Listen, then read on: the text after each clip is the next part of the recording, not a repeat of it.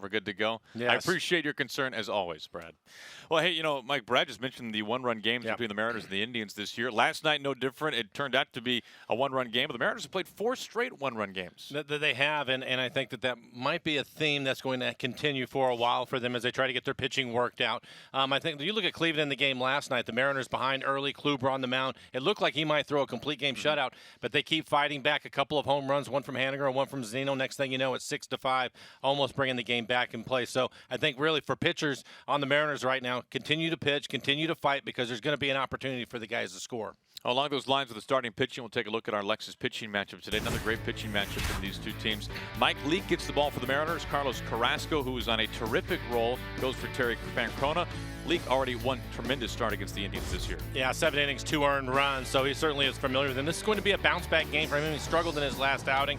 Gave up 7 straight hits to start the game, so I look for him to be sharp early on. The big thing with Cleveland, they're going to try to hit the ball out of the ballpark. We saw that again yesterday, so for Mike, look for him to pitch down in the zone, use all of his pitches, and he has them all. Fastball, cutter, slider, curveball, changeup, they'll all be in play. On the other side, Carrasco already has 1 complete game under his belt this year, one of the best strikeout pitchers in the game over the last few seasons. Well, and you look at the Mariners scoring 5 runs on him back in Seattle, and since then, he has been really stingy. So, again, a good fastball, 93 to 95 miles an hour, a hard slider. He's going to get a lot of swings and misses at that pitch. If the Mariners can lay off of that, maybe get his pitch count up and get him out of the ball game. Mike Leake, Carlos Carrasco, our pitching matchup here in Game 3. Last night in Game 2, who else? Mitch Haniger getting the Mariners on the board first. Another home run for the Mariners right fielder. It came off of Corey Kluber. And Mike Zunino mashing since coming off the disabled list. A 9th inning home run as well. Mariners looking to take Game 3 when we come back.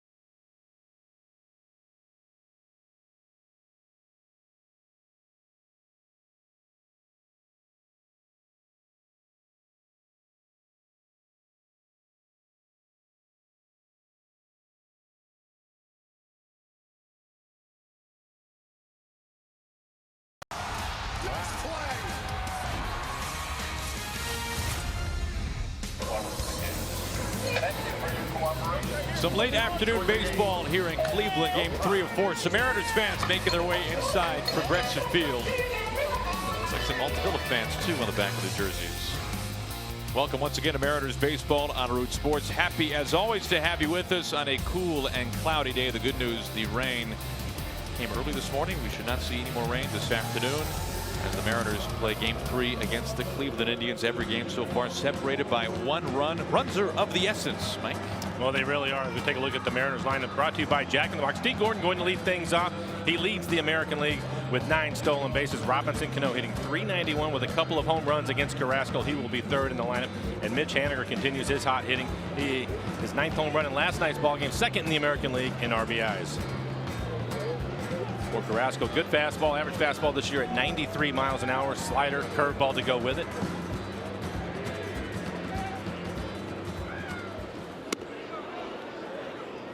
Really good news to see D. Gordon back in there today after having to leave last night's game, a collision with the wall in center field on a home run.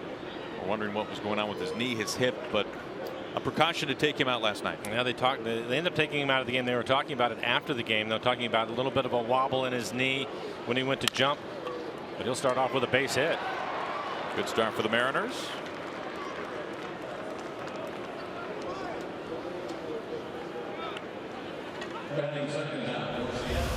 Take another look, base hit going the other way. We'll watch him run. He seems to be just fine.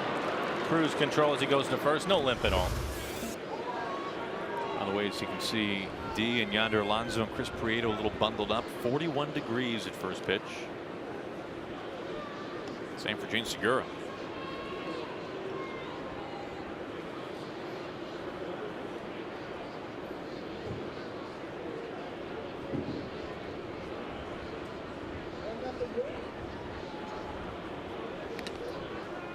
Back to keep an eye on D. 9 steals and 11 tries for D. Gordon so far this year.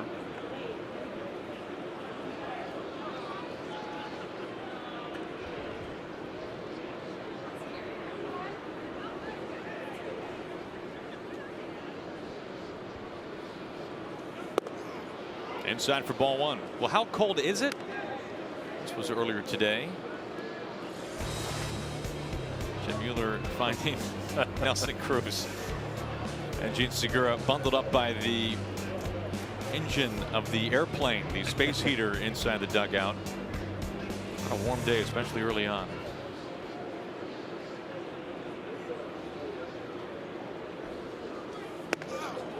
Almost got him. 2-0. It's kind of a good news, bad news thing with Carlos Carrasco. The bad news is over his last 28 innings, he's given up just 2 runs and he's struck out 24 hitters.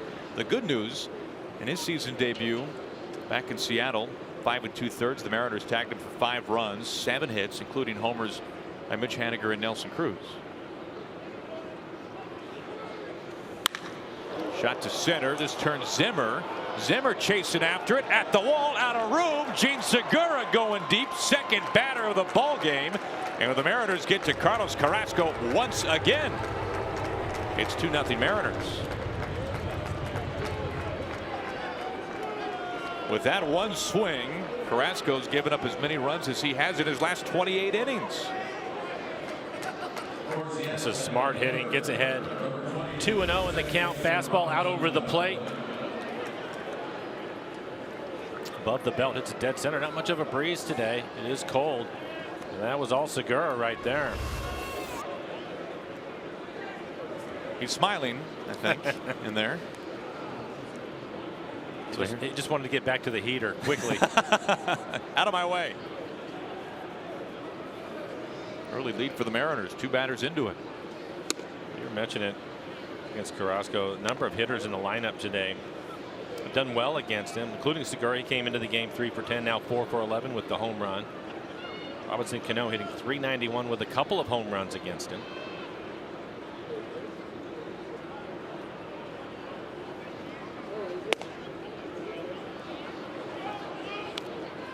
Nothing to Robbie.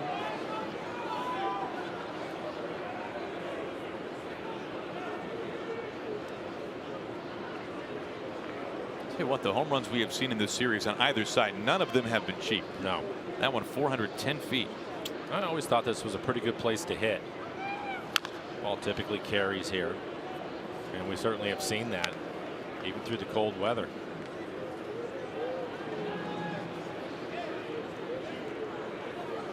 Carrasco this year, you look at all of his pitches, they've all been plus for him. Opponent's hitting just 204 on his fastball, again at 93 miles an hour. 162 on his slider, 214 against his changeup, 222 on his curveball. So 4 pitches, and he can go to any one of them.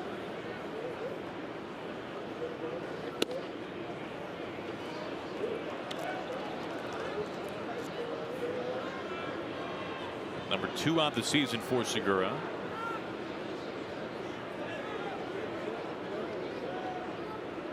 And another hitter's count. Segura was the 2-0 pitch, now 3-1 to Robbie.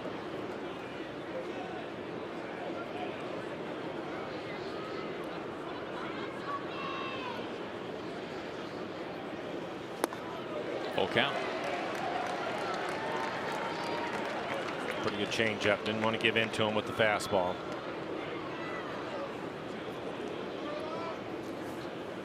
Nelson Cruz on deck, a home run off of Carrasco, opening series of the season.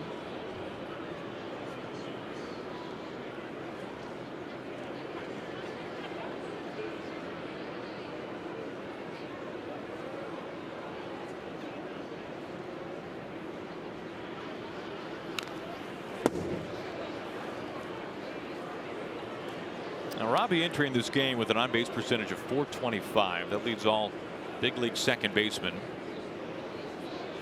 He has drawn his fair share of walks this year.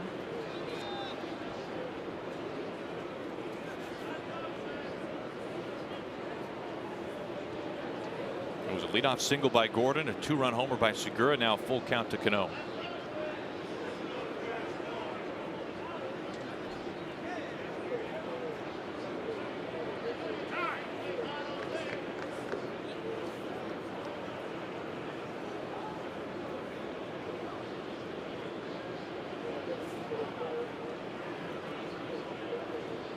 Everybody ready now. Another 3-2. This is lofted out to right field. Naquin in front of the track. 1 out. The rest of the defense for the Indians. And Tyler Naquin, as you just saw, out in right field. Jose Ramirez this year at third base has not made an error this year. He's really played well defensively, even though he's off to a little bit of a slow start on the offensive side of things. Roberto Perez will do the catching, his first start of the series.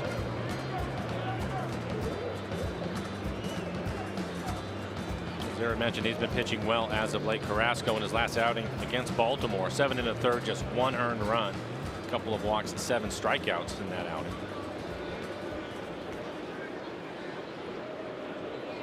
One out, 2 runs in for Nelson Cruz.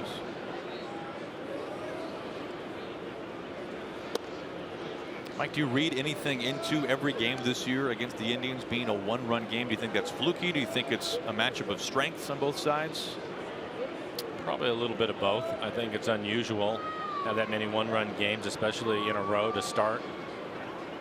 But I think you also have to look at the pitching. Another shot to center. Zimmer only a spectator and gone. Nelson Cruz, number 5 on the season.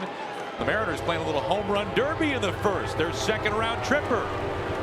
First Segura, now Nelson Cruz, and it's 3-0 Mariners. We were talking about Carrasco and how well he's been pitching, but again, the Mariners 5 earned runs against him in Seattle earlier. 3 runs quickly here on a couple of home runs, and no doubt about this one. Fastball in the middle of the plate, dead center field.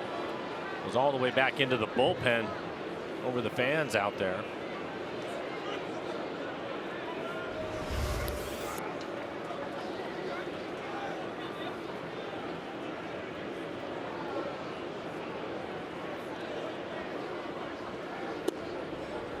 Seager looks at strike 1.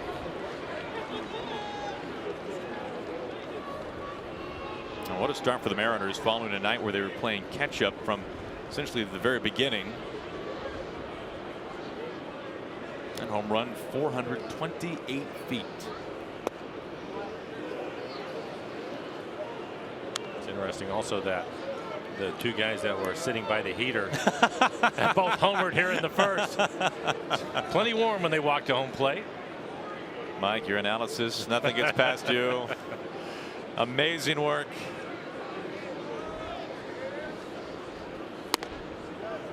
Seager jumps ahead 2-1. No, there's just going to be a lot of guys on the bench fighting for that spot.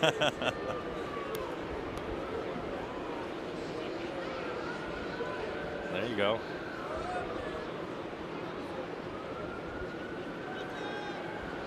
Shift on for Kyle, the 2-1. Evens it up. Pretty good curveball. Carrasco mixing it up now.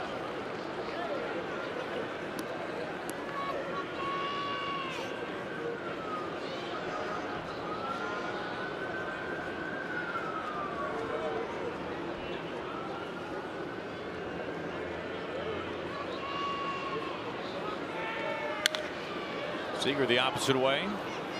Go Brantley over there once again, but a foul ball.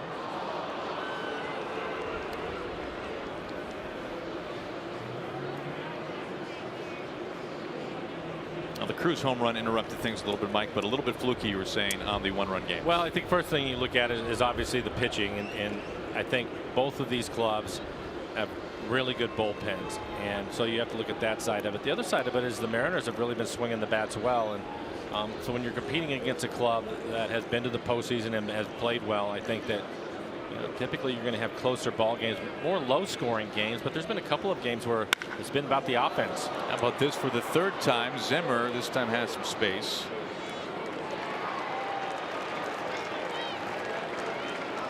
Seager in straightaway center field for round number 2. So we'll see how this continues to go. The good news for the Mariners today is I think that they really help themselves if they get a little bit of a lead. We talked about Andrew Miller not available in the bullpen. That's going to make a difference. It already has, and it certainly did in the first game of this series. And we saw that right away. He was placed on the disabled list right before game 1. Injured his hamstring on a pitch the night before on a chilly evening playing against the Cubs here at home. Now here's Mitch Haniger. He has tortured the Indians so far this year, 7 for 14. He has homered 3 times against Cleveland. He has knocked around a couple of doubles as well.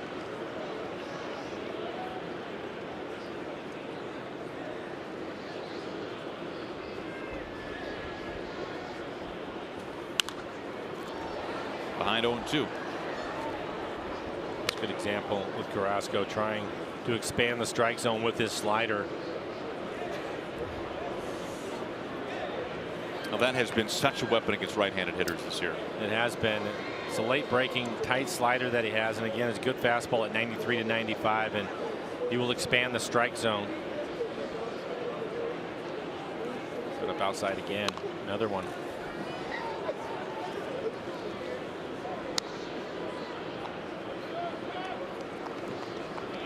Twenty-three pitches now for Carrasco in the first. Mitch homering against Carlos Carrasco earlier this season back at Safeco Field.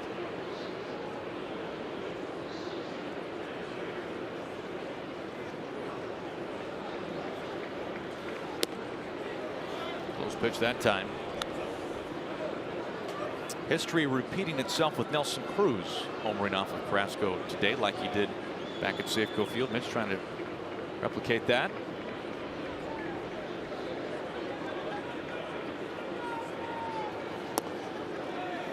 Another close pitch, 2-2. Well, again, that's what he'll try to do. When you look at his slider, highest slider chase percentage belongs to Carrasco. We're all starters.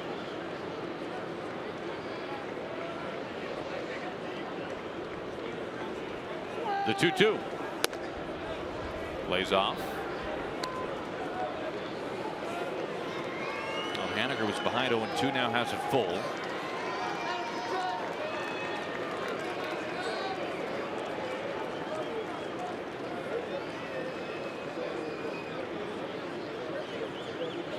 Now the 3-2. And that ends the inning. Well, the Mariners, Segura and Cruz tee off for nearly 840 feet of home runs. They lead 3-0.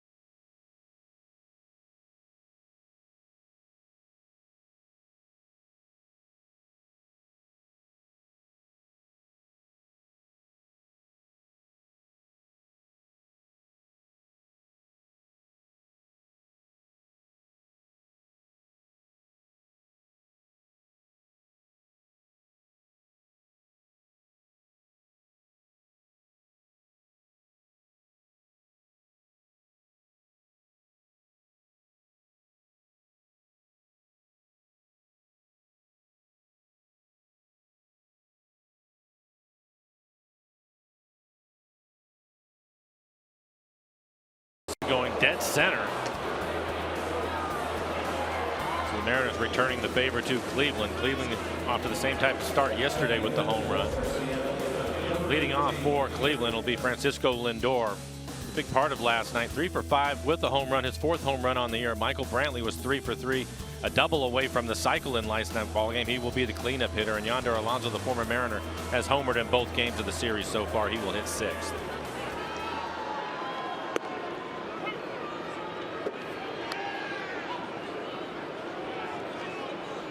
Now for Mike Leake, his 2nd start of the road trip, coming off a rough one, tied a career high with 12 hits, each of the first 7 hitters for the White Sox.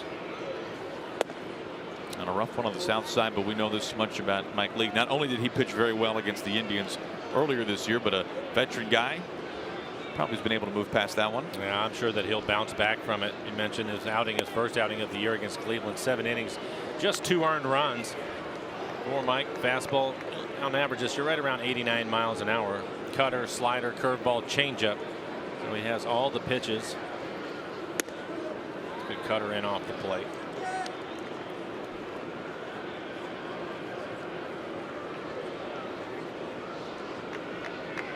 Look at the numbers against the Indians. This gets the count full, 3-2.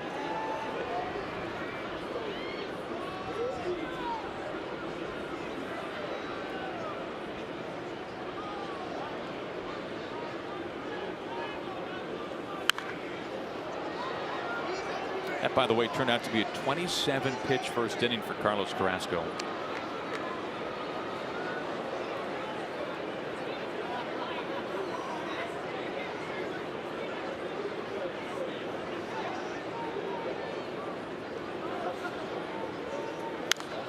Another foul ball.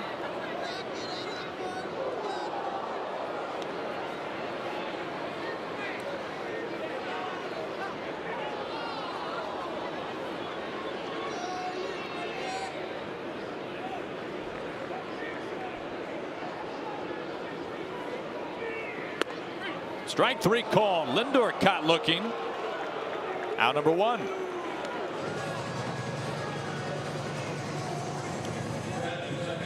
And for Mike Leake, this will be his 6th start of the year. Because of the last outing, it really hurt his ERA, a 6.59 overall. 27 1/3, he has 16 strikeouts. And his fastball on average 89 miles an hour. Look at the defense behind him. Ichiro will get the start in left field. Gamble getting the afternoon off. Ryan Healy at first base. And David Freitas will do the catching. Strike 1 to Kipnis.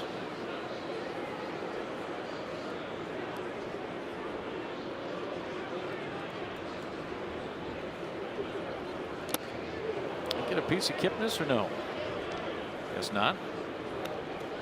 Piece of the bat, it looks like.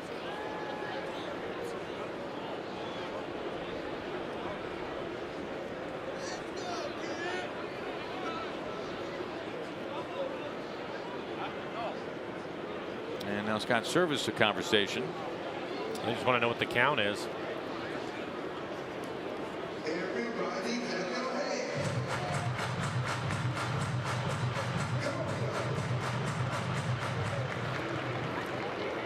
Mark Wegner, the crew chief, home plate umpire today.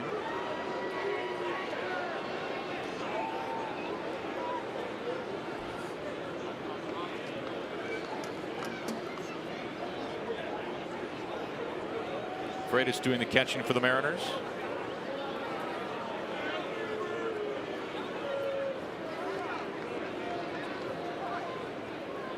Still trying to figure it out. I thought it was fairly obvious either the ball hit him or it was a foul ball. Kipnis didn't go anywhere, so immediately I assumed it was a foul ball. But apparently, the home plate umpire, Mark Wegner, has the count at 1-1, and now they're going to get together and talk about it. They have 0-2 up on the scoreboard. You can see it here on our screen. But I think that's where the confusion is at. And David Freitas was looking at the dugout even after the first conversation.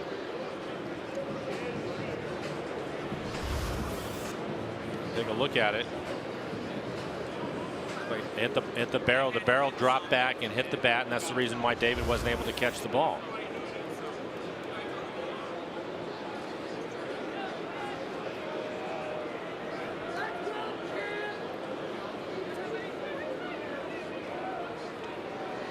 Now, Wegner did make a sign over to the Mariners dugout to confirm 0-2 the count. 0-2, yes.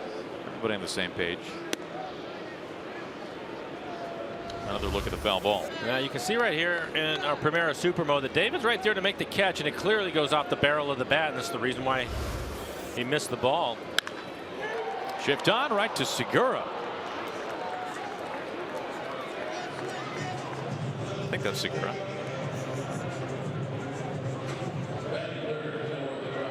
Two outs. And Mike, we've had one of these 4 o'clock starts already on this road trip. Were you more prepared this morning? You've had the 4 o'clock routine. Do you have it down now after one game? I do not. No, it's confusing. It's not a day game. It's not a night game. 1 o'clock or 7, please. A little in between. 0-1 to Jose Ramirez. Quickly 0-2. All 4 games here in Cleveland at a different start time.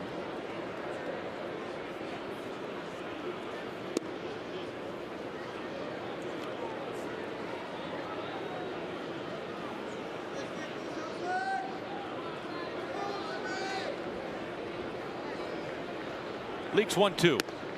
Evens it up.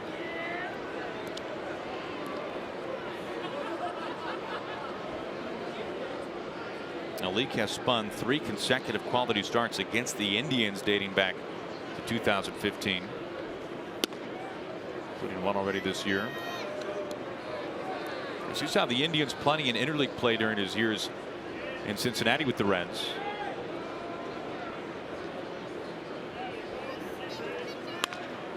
Over the mound, Segura over into shift for a 1-2-3 bottom of the first, spun by Mike Leake. We have played an inning. Mariners on top 3-0.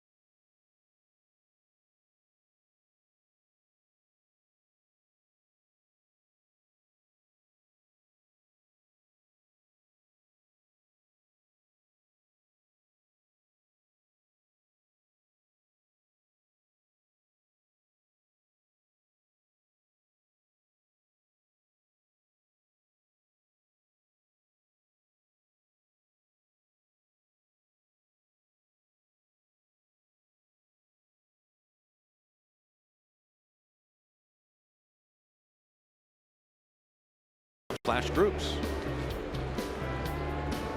Staying warm inside that dugout. Don't get too close. Ryan Healy getting set to lead things up. Off. He's been moved up in the order, batting 7th today.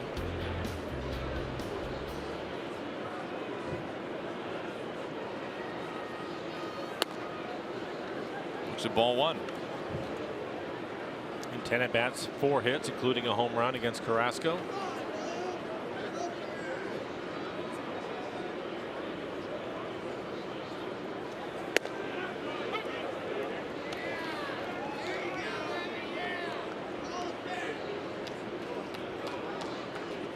Ryan has had a hit in each of the first 2 games of the series. Came off the disabled list for game 1.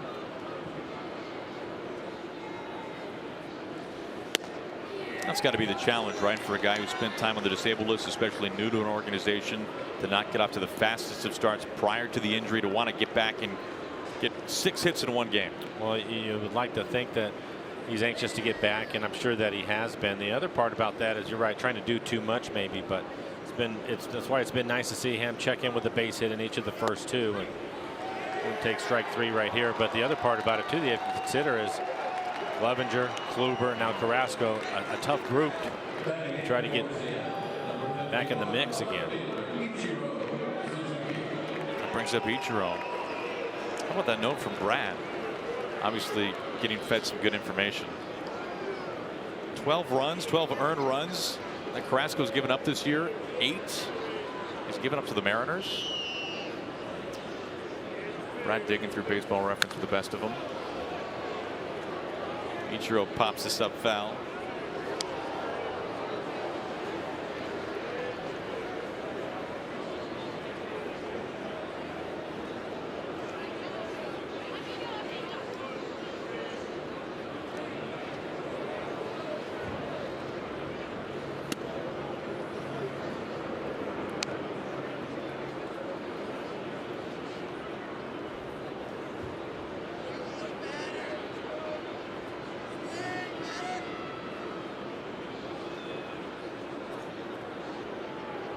The 1-1.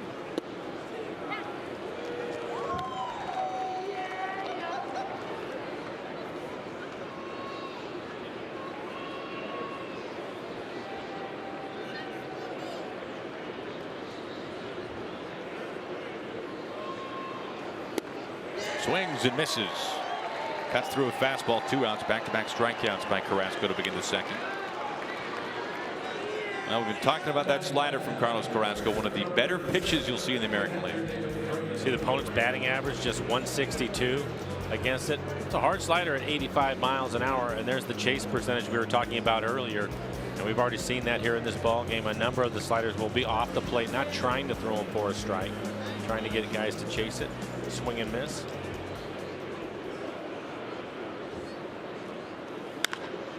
Freitas going after the first pitch. Nice hands, Caprocious.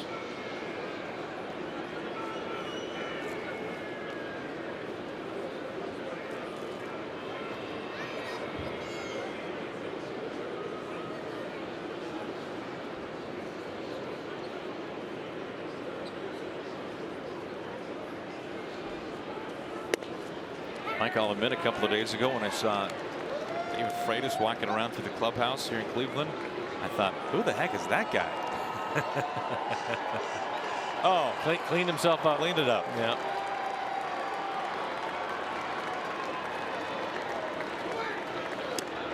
That's 4 straight strikeouts for Carlos Carrasco. The breaking ball vicious as we expected. We go to the bottom of the second. Mariners leading early.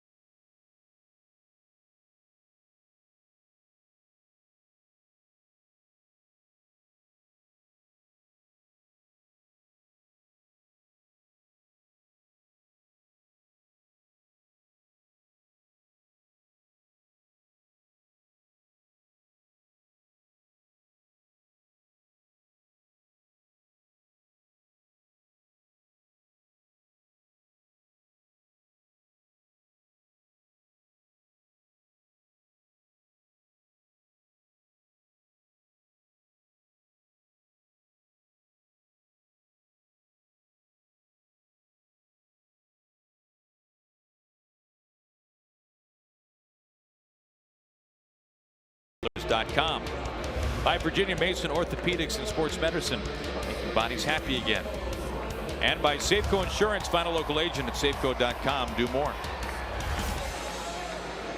Here inside Progressive Field in downtown Cleveland, Mariners lead at 3-0 as we go to the bottom of the second. League facing Michael Brantley.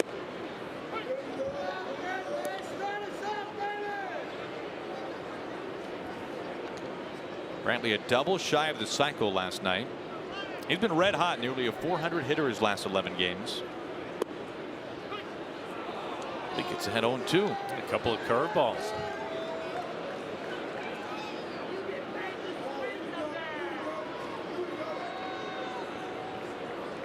And Mickey Brantley in the house. Former Mariner and Mike's dad.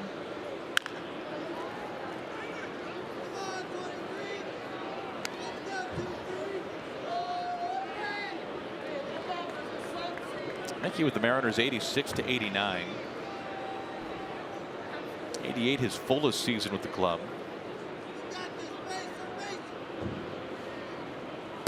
Swing and a miss for strike 3. Second strikeout for Leake today. And for Mike Leake, when he's ahead in the count, you can see he really mix it up. Cutter, fastball, his changeup, even his slider.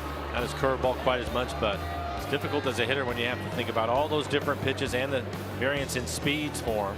Trying to cover everything is difficult, especially when he's locating like he just did to Brantley.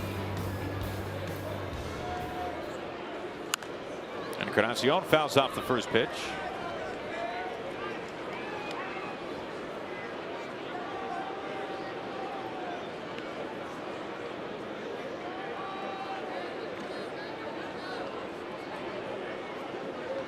Home run in last night's game, now 6 on the season. Pitching him in with the first couple of pitches, 2 seamers in on his hands, both of them at 89 miles an hour. Again, that's his average fastball. Good pitch on the corner, didn't get the call.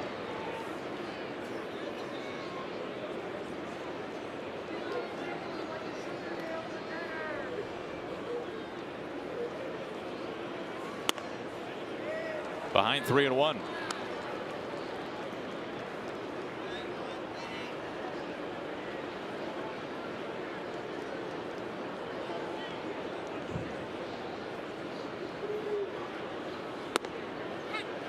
Full count.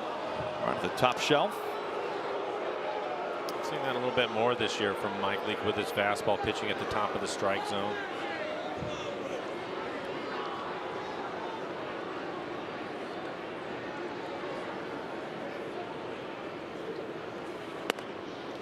Ball 4. A 1-out walk to Encarnacion. Now round up your roommates, classmates, and professors for college night at Safeco Field on Friday. With valid college ID, you can purchase $13 tickets, enjoy extended happy hour, and don't forget, ride the Link Light Rail for free by showing your ticket to the game. So join the party. Hope to see you over at Safeco Field by going to Mariners.com/college. Lots of Villa fans in the house today. Dan went to college not far from here.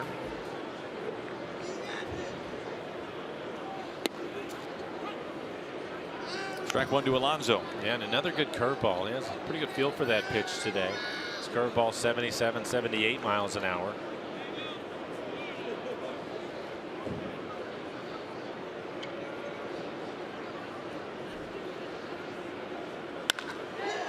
Low sinking liner off Segura's glove and into center. Encarnacion has to hold up at second. Alonso aboard, 2 on with 1 out.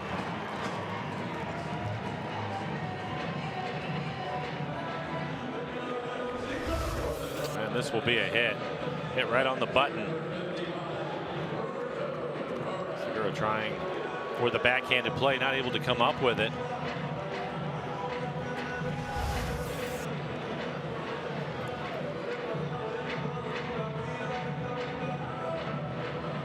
Brings up the tying run. Roberto Perez doing the catching today. 4 for 26 on the season.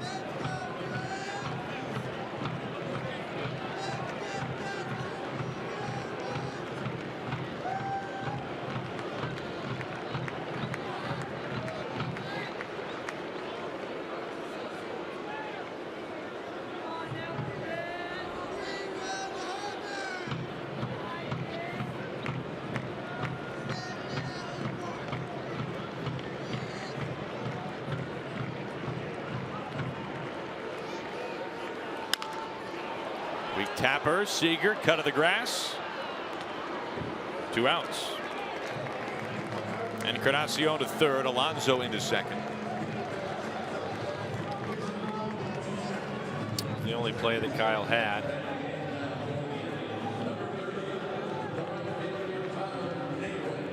Will help save the pitch count a little bit. There's Tyler Naquin, number 8 hitter, right fielder for the Indians. Talked about the Indians and scoring by hitting the ball out of the ballpark. They're only hitting 194 as a team with runners in scoring position, so that's been an issue here in the first month of the season. Second and third with 2 outs.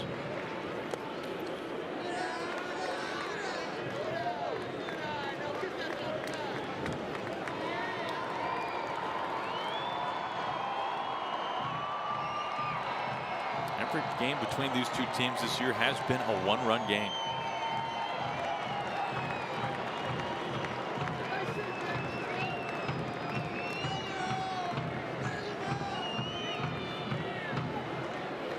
The 1-0. 1-1.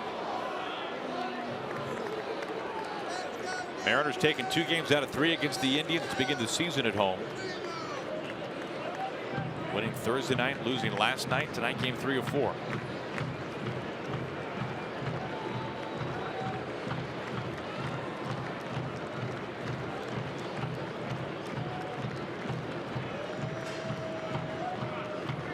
Naquin calls for time.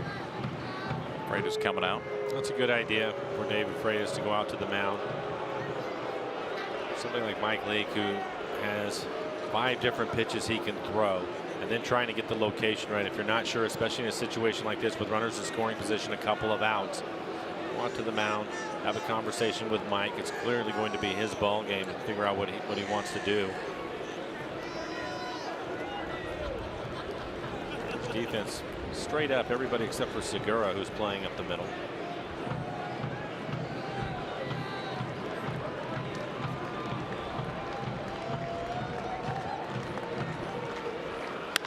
Up the middle, off Leake's glove, starts to die. Segura has no play.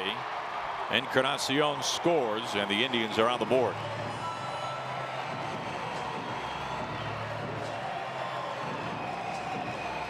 And this is a bad break for Mike. He's a good fielding pitcher. Unfortunately, this goes off of his glove. And the part about it is if he lets it go, it's going to be right at Segura. An easy play for Segura to make. But he knocks it down, ends up in the middle of the diamond. No play for anybody, so it's a bad luck.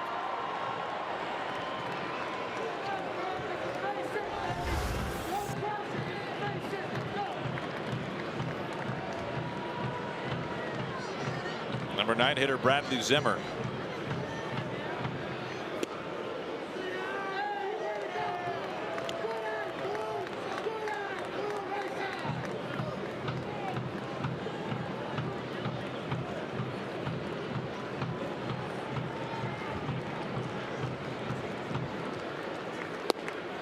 Check swing.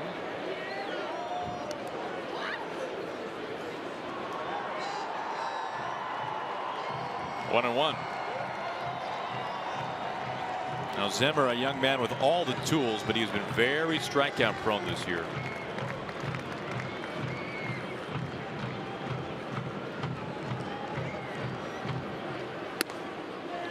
Leak behind. Trying to work both sides of the plate.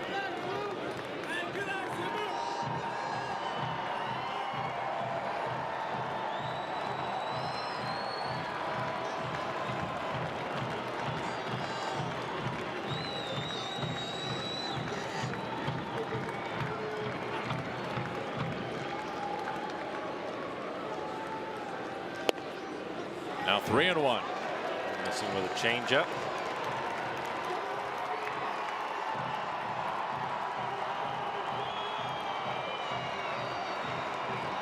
Somebody's excited to be here. Alonso at third, Naquin at first. Zimmer the go-ahead run at the plate. Full count.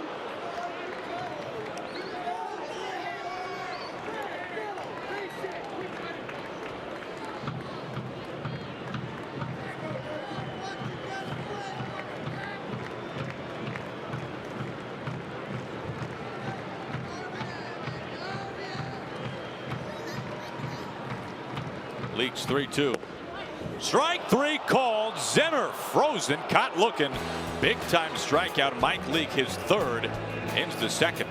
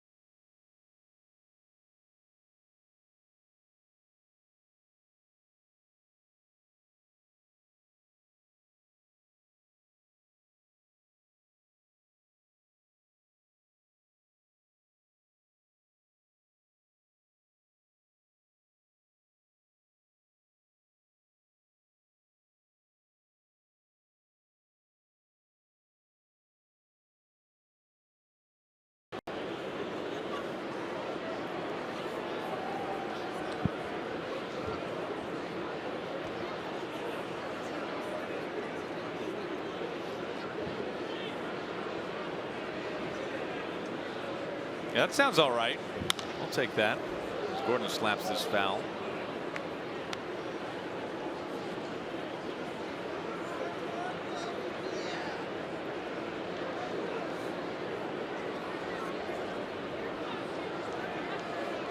And Carrasco settled into a groove in the second. He struck out the side in order.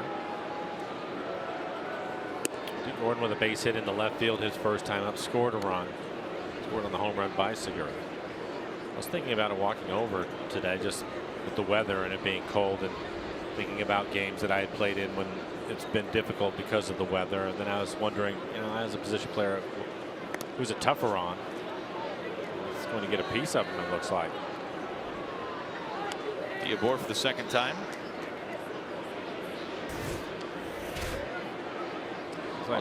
CenturyLink, what's next? Tomorrow on the air at 9:30. Marco Gonzalez, 8 strikeouts in consecutive starts, going up against Josh Tomlin. Final game of this 4-game series.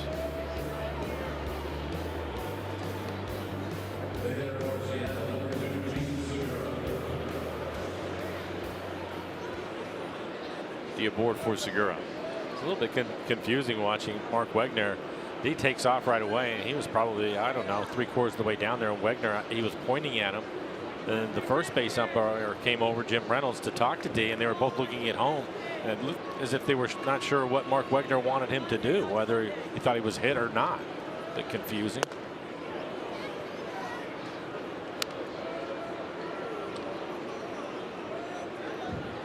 1-0 to Segura. You're talking about cold weather games, Mike? Yeah, but in the cold weather games, and I was thinking about the pitchers, and the one thing that the pitchers will complain about is how slick the baseball will get in the cold weather. But I think other than that, they should be in pretty good shape. For the hitters, I think it's a little more difficult. Most of them, you'll see them as they're waiting to go out on deck. They'll stand by the heater and probably delay their time to get out on deck, to stand there a little bit longer, just to keep their hands warm. That's the most important thing, is keeping your hands warm. But all of a sudden you see these guys, they're layered up because they have to be. But I think that makes it a little more difficult too, to be out there trying to hit. Wearing a sleeping bag? Exactly, just trying to stay warm.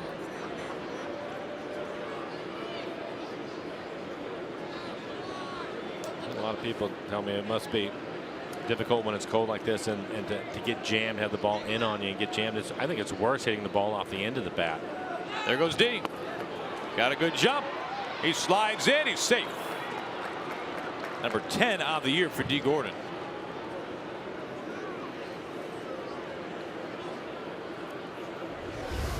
Take a look at it, and a pretty good jump. Slides all the way through. Not sure if he was able to keep his foot on the bag, but no problem there.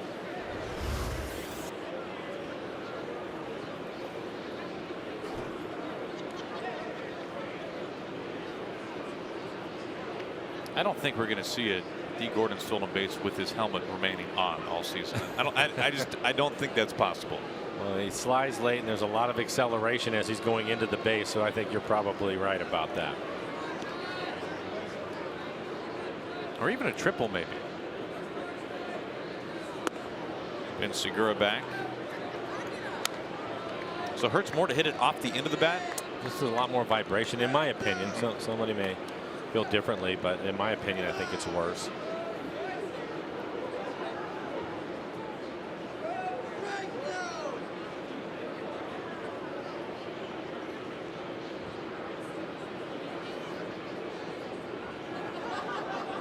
The 3-0.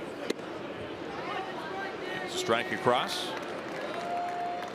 The Mariners this year hitting with runners in scoring position. 289 as a team, which is a great number. Gene Segura hitting 444 with runners in scoring position.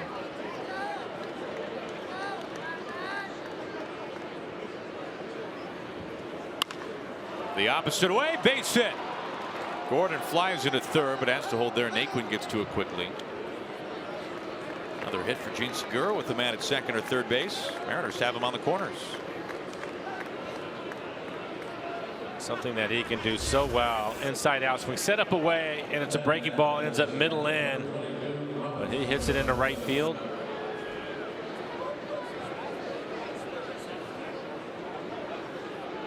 You can see the numbers 464 runners in scoring position.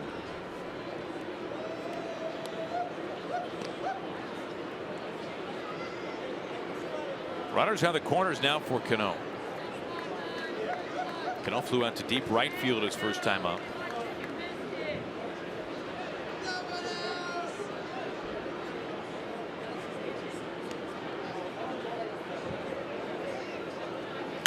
Now the first pitch.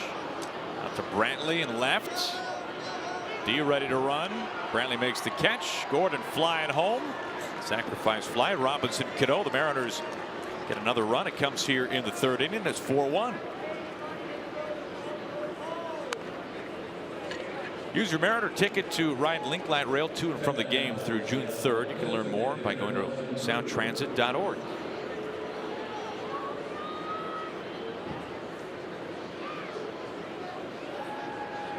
A leadoff hit by pitch comes all the way around to score for the Mariners.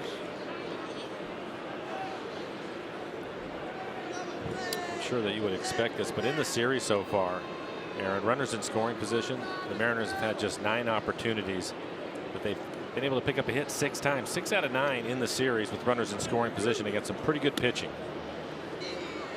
You bring up the good pitching. That has been a theme the Mariners have seen recently. If you look at the top 15 in American League ERA, the Mariners have seen one of those guys now for the 10th time. Seen Carrasco for the 2nd time, of course, this year.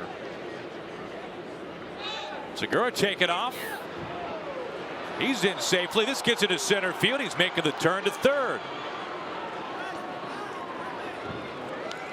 Mariners' second bag this inning.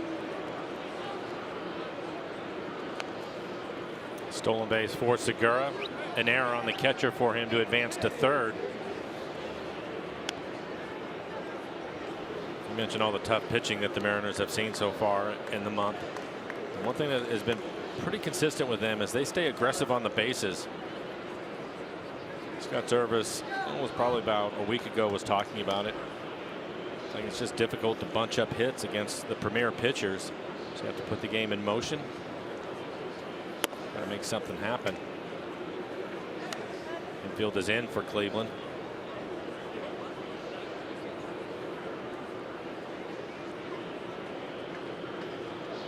Not the place you want to be with Nelson Cruz at the plate. 2-2. It's a breaking ball again.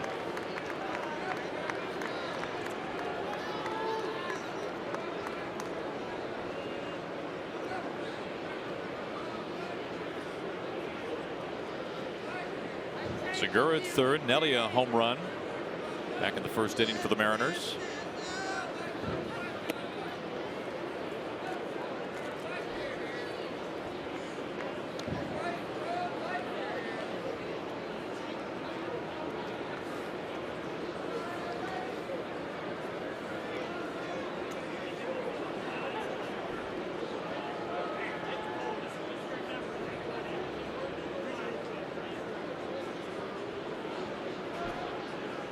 The 3-2.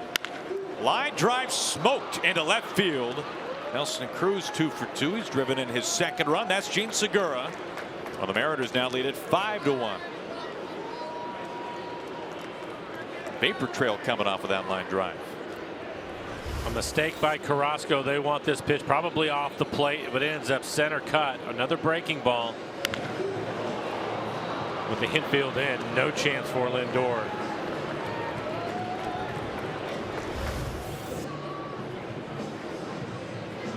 Carl Willis, pitching coach for the Indians, former Mariners pitching coach, out for a chat. Now keep in mind, we've talked about the dominance of Carlos Carrasco. His last 10 decisions have all been wins. 10-0, a 1.70 earned run average if you go back to the end of August of last year. And it's been an incredible run for Carrasco. The Mariners get into him here today, though, only in the third.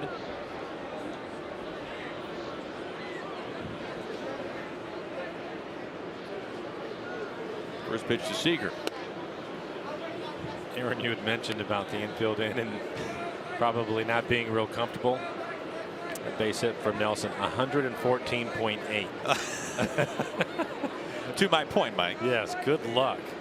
You can have that. Yeah.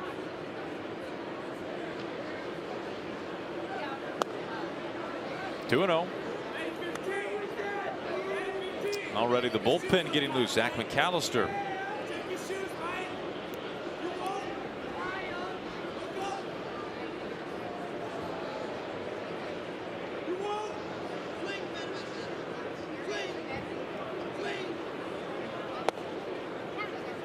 Two and one.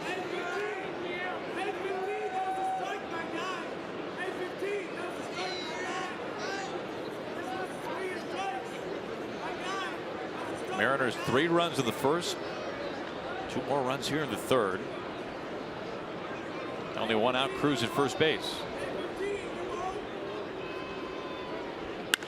This is smashed into center. Zimmer back on it, angling. And Seager finds Zimmer's glove for the second time today. Hit it on the screws both times, but both times right to Zimmer. 2 outs. Kyle has been swinging the bat much better over the last week or so.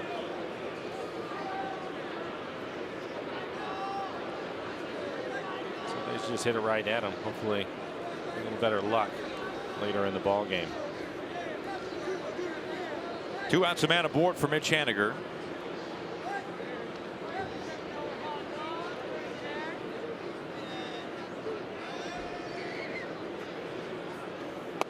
Last time up for Mitch. Falls behind 0-2. Was able to battle back, get the count full.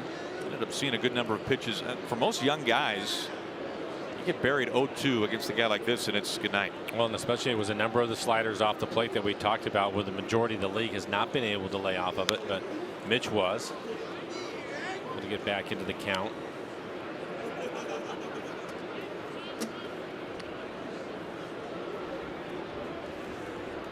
Haniger 6th in the majors in slugging percentage, 7th in OPS.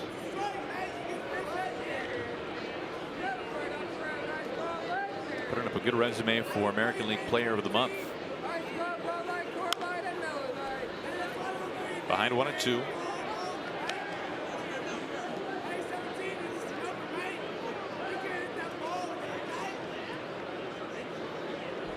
Carrasco now at 60 pitches, 2 2/3 innings into it.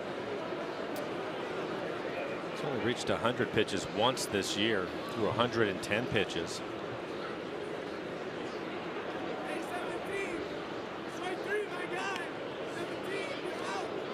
The 1-2.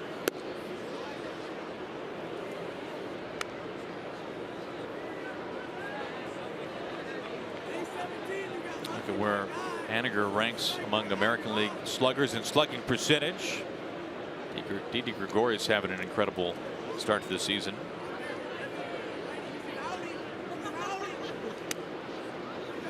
And there it is again, the good breaking ball off the plate away. Gets himself into another 3-2 count.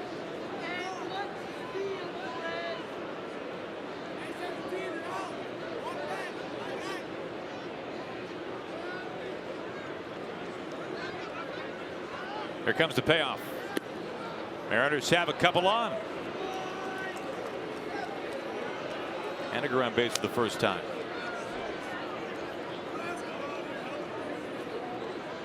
Cruz at his second base. Haniger to first for Ryan Healy.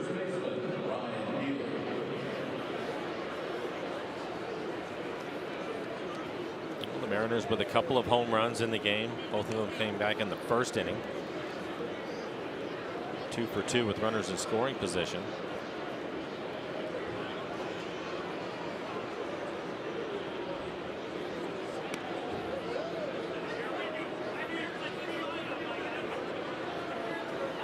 Now the first pitch jolted to center. Zimmer looking, has room for out number 3. Mariners have had some loud outs. They've also crushed a couple of pitches over the fence. We go to the bottom of the third. Mariners on top.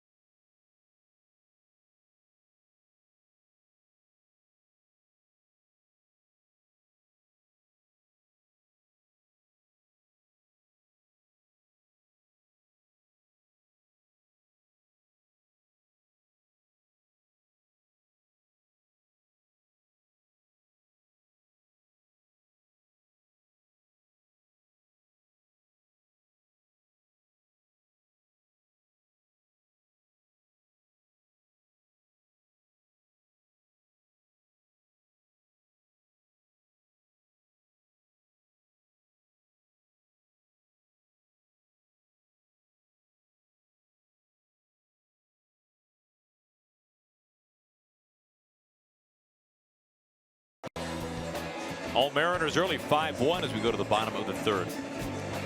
We'd like to welcome Mid-Rivers Communications subscribers from Eastern Montana. Thank you for rooting on the Seattle Mariners. For Mike, myself, and all of us at Root Sports.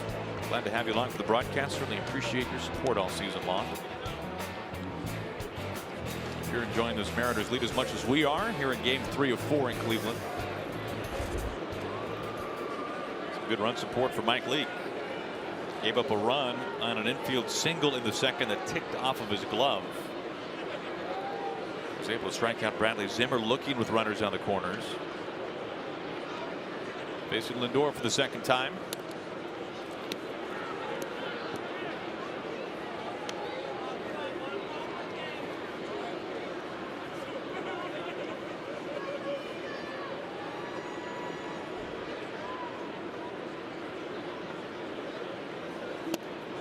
Two and 0.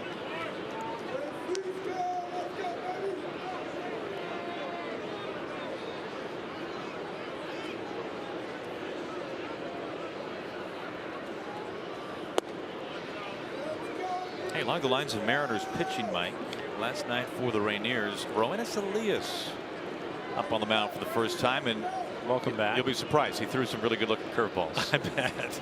He loves his curveball. He loves his curve. He's the first to tell you that. I think those were actually the first words he spoke in English. I love my curveball.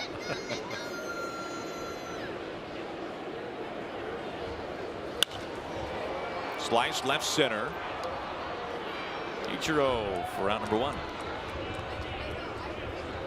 I had an interesting conversation with General Manager Jerry DiPoto about Roenis, and he was really excited to welcome Roenis back, as he said there are some guys who deal with trades better than others, and Roenis really felt at home in the Mariners organization and in Seattle in particular. And based on what Jerry said, Roenis was very grateful to be able to come back, a place that he really considered to be a home for him.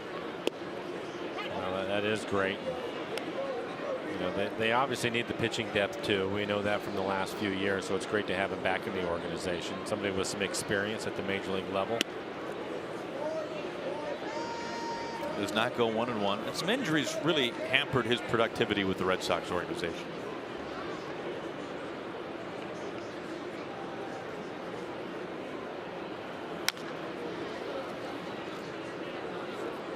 One and two, but he will be stretched out and will be in the mix for a starting pitcher. Yeah.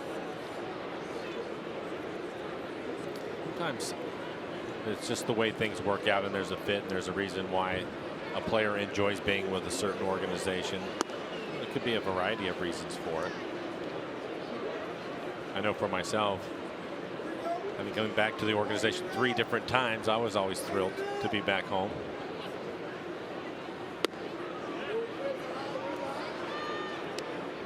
Just above the zone, full count to Kipnis.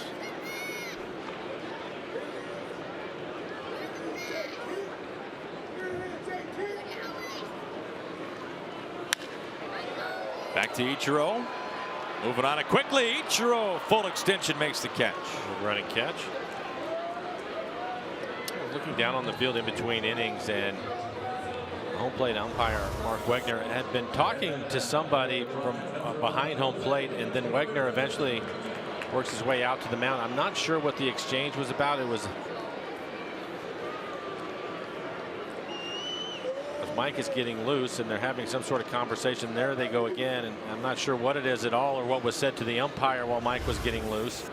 Something we'll keep an eye on. Didn't seem to affect him. 2 quick outs.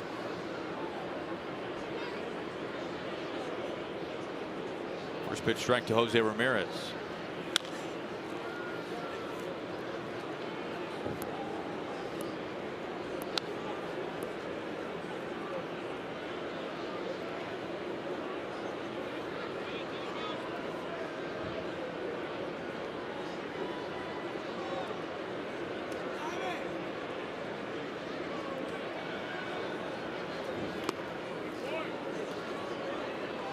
Curveball in the dirt, 1-2.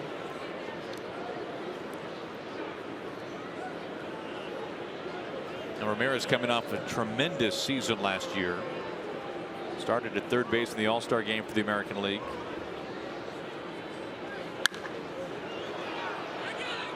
Popped up. Seager wants it. And for the second time in the first 3 innings, Mike Leake has retired the Indians in order.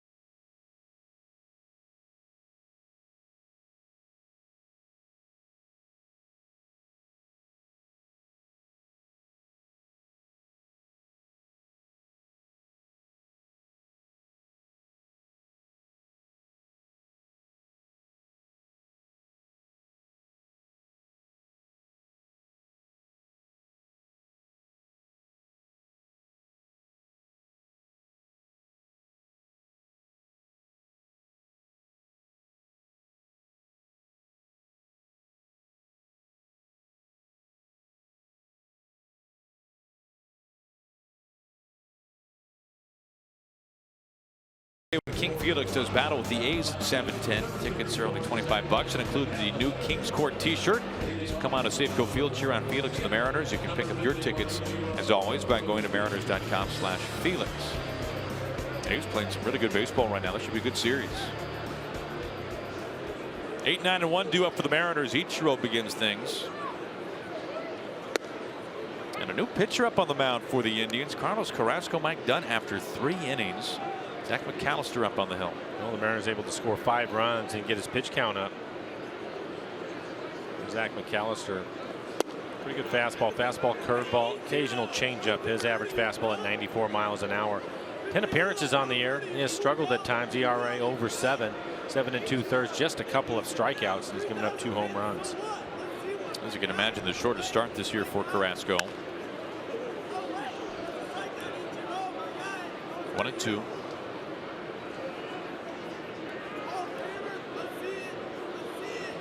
That was outing back at Safeco earlier this year. 5 2/3, 5 earned runs.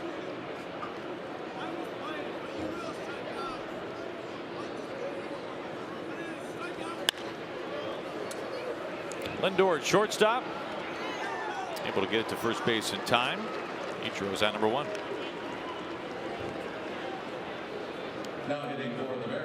Well, after Tuesday, his following start, Felix's that is, in line to pitch on Sunday. So is Shohei Ohtani. Now, Ohtani had to exit the game last night because of a minor ankle injury, but if he's okay and is in line, we will be seeing Felix versus Ohtani on May the 6th at Safeco Field. You can pick up your tickets at mariners.com. That should be tremendous. Freitas jam, fouls off the first pitch. Catcher's interference.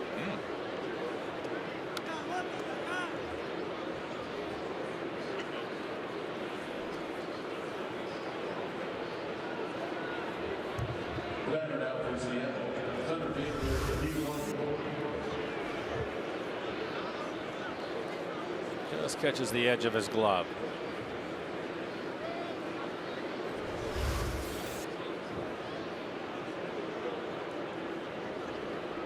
One out, 1 on for D. Gordon.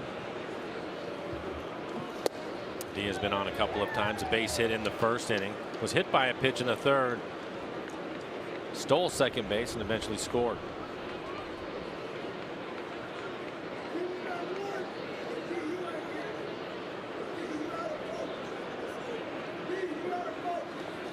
Now, Mike, you remember earlier on this road trip when Bartolo Colon beat D. Gordon to the bag at first base in Arlington.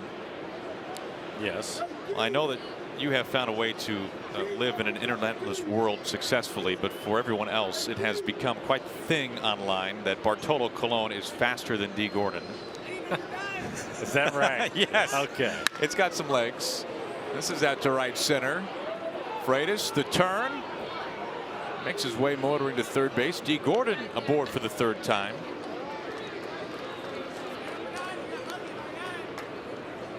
Mariners have runners on the corners. Let's take a look at that speed for D. First of all, he barrels up a pretty good fastball in the middle of the plate.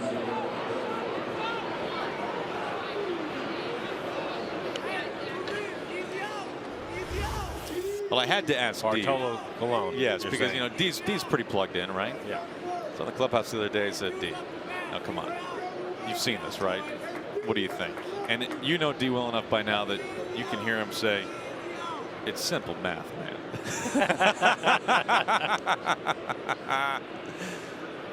Segura climbs in, and it is simple math, Mike. Statcast actually measured the distance for Bartolo Colon. Of course, it's 90 feet. D has to run to get to first base. It was 64 feet for Bartolo to barely beat him by a shoelace.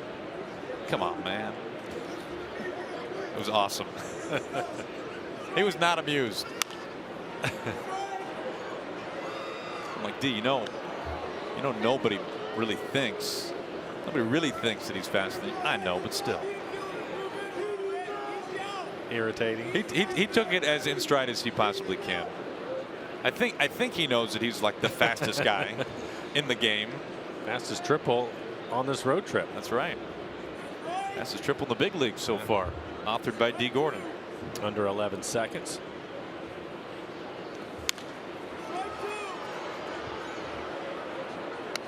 1-2.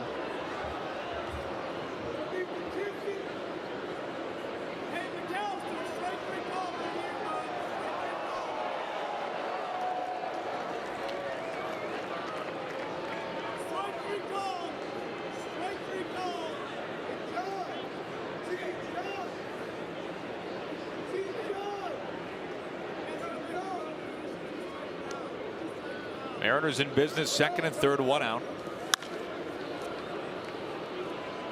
This floats foul off the right side, still 1-2.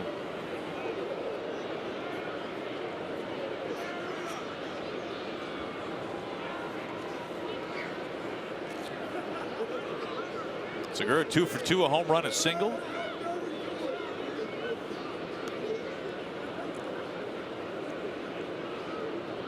Mike was mentioning earlier his numbers with runners in scoring position. Has a good chance here.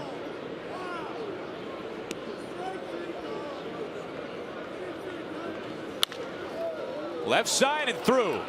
Freitas comes in to score. Here comes D. Gordon. Brantley's throw to the plate. Play at the plate. Gordon is safe.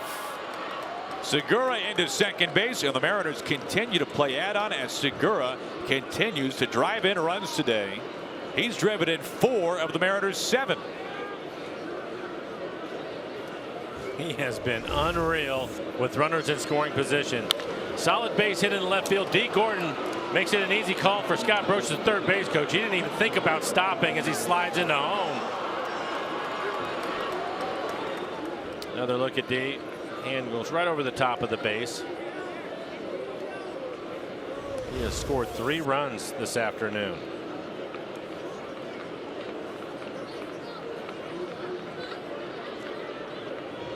Here's Robbie. So we mentioned Robbie's on base percentage earlier, Mike. It's at 4 1/4 right now. Right. And it did make me think about the best on base percentages in a single month in club history. Right, 425. You're cooking. Yeah, it's terrific. You won't be surprised who has the best single month on base percentage. In fact, the top 5 in Mariners history. It is, of course, Edgar Martinez. And I mean, this is no offense to 425, but Edgar's 560 makes 425 look like the PCL. I'm surprised that Junior wasn't in there. I mean, that would hit 300 every year, and clubs obviously would put him on base quite a bit. The best ever, August of '95, Mike. 560 Edgar's on base percentage. It is a joke. 560 for Edgar. Mike, first of all, he hit 398. Like, he walked 31 times in a month. And when he wasn't walking, he homered 9 times and he doubled 11 times. I've often said that in that month it seemed that every time I came to the plate there were men on base. I think it's true. I think it's obviously true. I mean, it's hearing amazing. those numbers. 2-2. Oh, and this is just more. This is the total icing on the cake, the cherry on top. He was hit by 5 pitches. Really? Yeah. What a month for Edgar. He had a few like that. Party on, Gar? Of course.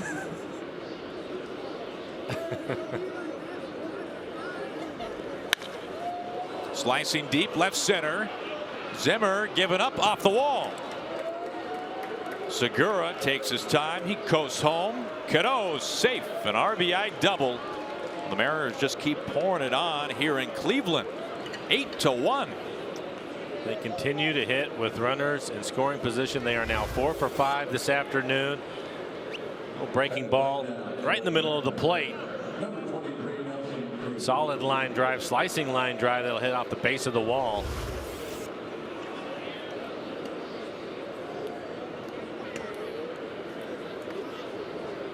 The Mariners have scored 8 runs and 6 of them by Gordon and Segura.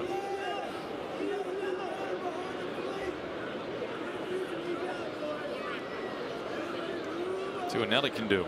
He's 2 for 2. He's driven in a couple of runs. On the first pitch.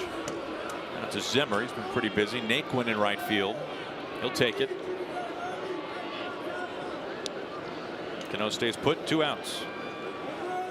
This copyrighted telecast is presented by authority of the Seattle Mariners and may not be reproduced or retransmitted in any form, and the accounts and descriptions of this game may not be disseminated without the express written consent of the Seattle Mariners. You know, when we're talking about Edgar in that month, as a player, when a guy's having a month like that, do guys actually look at those numbers, or do you just know he's having just a month for the history books? Yeah, I think that the only time that you would see him, it's probably pretty rare as far as the month goes. I mean, you can obviously, the guys look all the time at how the team is doing and what the overall numbers are, but a certain month, I think they all kind of blend together. So you don't realize it, other than you mentioned it, Party on Gar. He did a lot of that year and throughout his career. So it was, you know, one of those things where he just always seemed to be hot.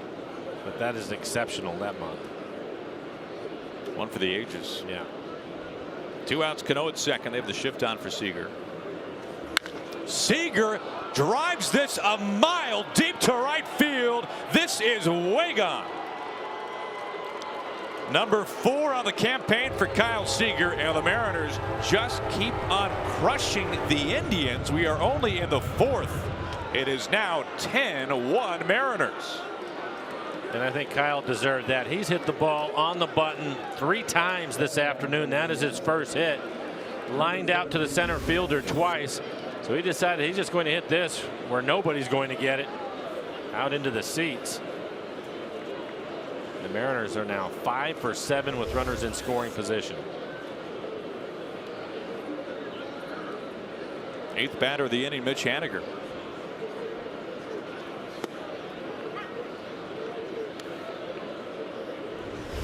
Back to Seager's homer. I got to say, Mike, given the sound and how that jumped off the bat, I thought that was going out more. You look up at the flags, wind was blowing in. Since the first inning. In the first inning, a little bit of a breeze blowing out, but now the breeze actually knocked that down. Didn't matter. What an inning. 1-2.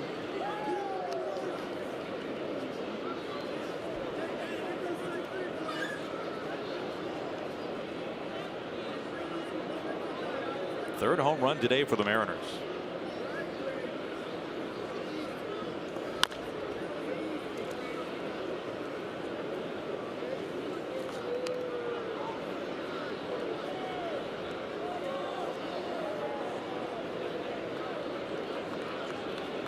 Let's hope this doesn't turn out to be a one-run game.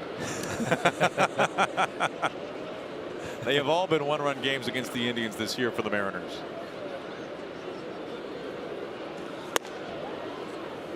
Up and in, 2-2.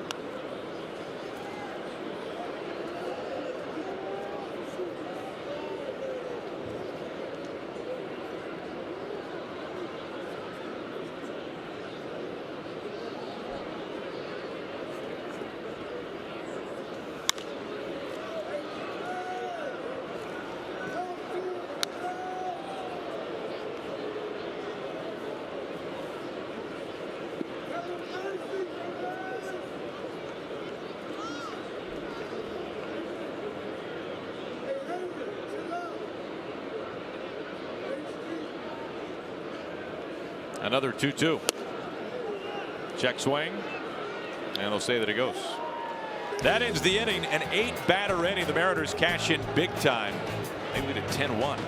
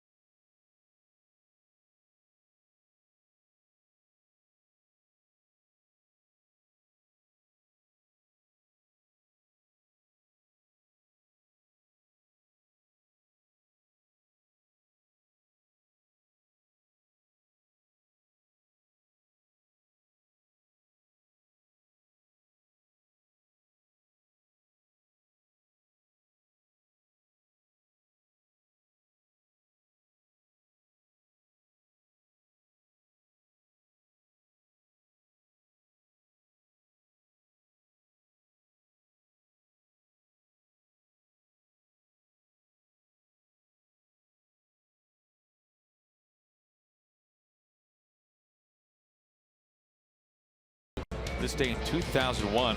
Kazuhiro Sasaki records his 13th save in April as the Mariners win their 20th game, both big league records. Of course, Edwin Diaz with 10 saves as we speak in this month. Mariners 20-5 in April of that year, 20-7 in May. Slipped a little in June, 18-9. Brantley leads it off in the home fourth. And plenty of run support for Leake today, to say the least.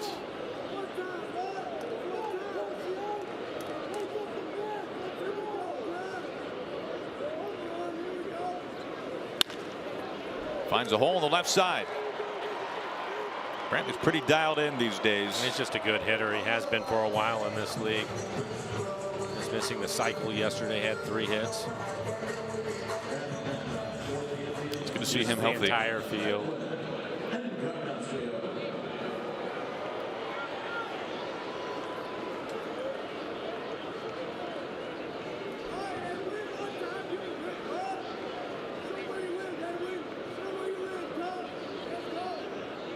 Brantley aboard for Encarnacion.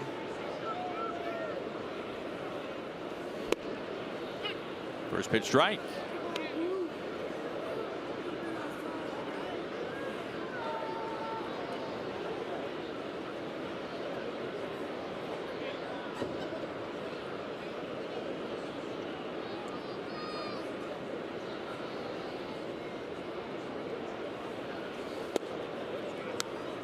We do apologize for the heckler here and those that we saw in Chicago who have seemed to find our crowd mic.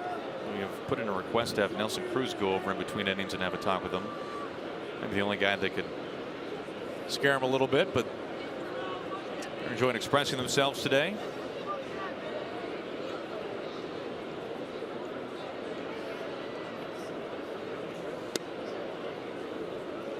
Good pitch. I'm not kidding. It's down as 2-1.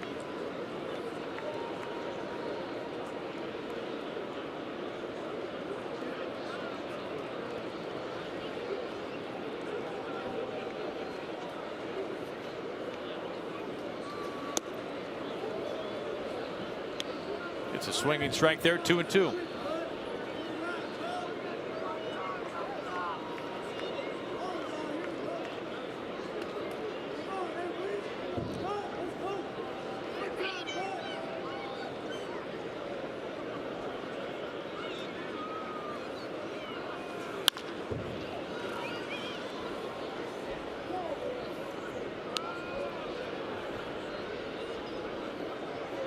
Mike's really done a nice job of mixing it up, using all of his pitches.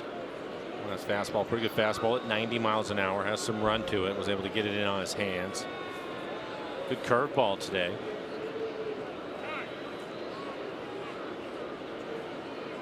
To the right-handers, been able to use his cut fastball off the outside corner, jam up the lefties with it.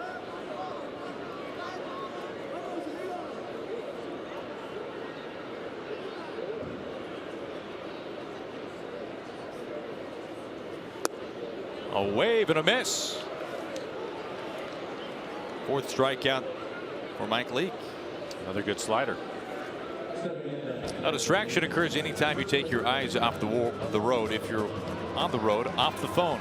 Let's reach our target zero goal together. 0 traffic deaths in your family, 0 traffic deaths in our state.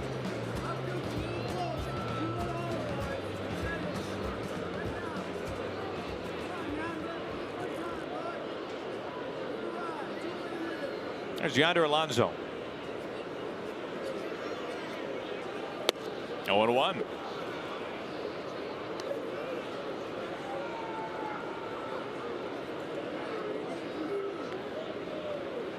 Mike continues to work ahead. 15 batters, 12 first pitch strikes. A big key for him. Quality strikes at that, including the last pitch.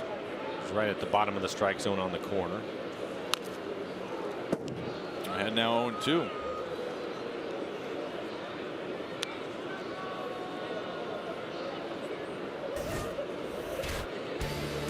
And when he's ahead in the count, he'll really mix it up. The fastball at 24%, slider at 21%. It's been a good pitch for him today. Just picked up a strikeout on the slider. He uses his cutter and his changeup to go along with it. So as a hitter, it's difficult to try to eliminate anything. Another good pitch.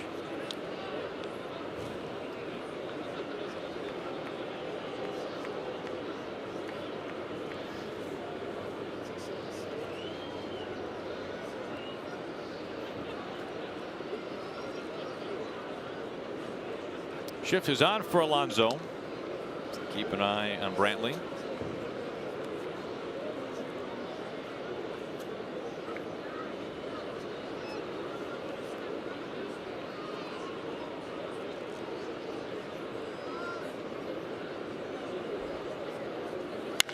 Alonso smokes this. My goodness, he has had a field day hitting home runs against the Mariners this year.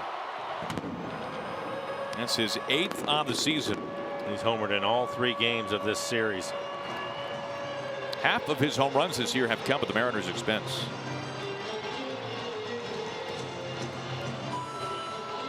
At the Grand Slam game 2 of the season at Safeco Field.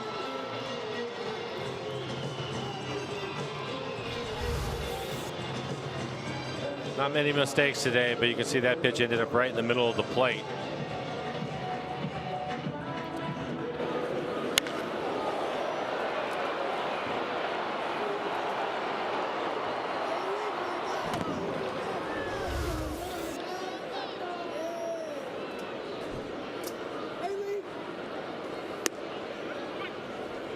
Strike one to the catcher, Roberto Perez.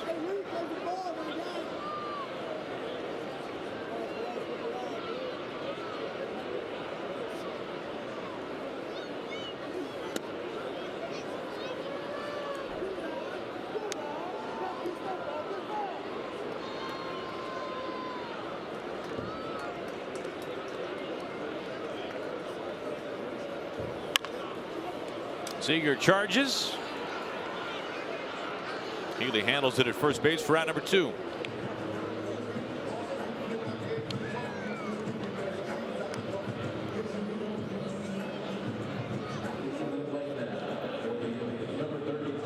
Well, the Indians have been pretty home run happy recently. Of course, you saw this last night.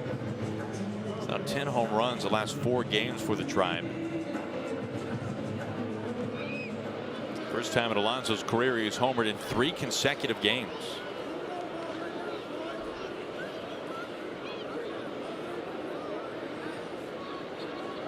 Two outs, bases clean for Tyler Naquin, the right fielder. Looks at ball 1.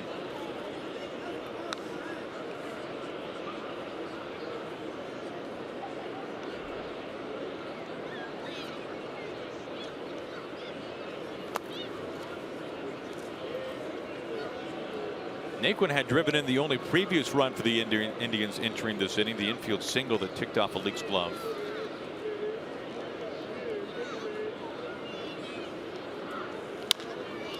Pulled. Cano's got it. Leake making his way over the bag at first to end the 4th inning. 2-run smash yonder Alonso, but the Mariners still a healthy lead.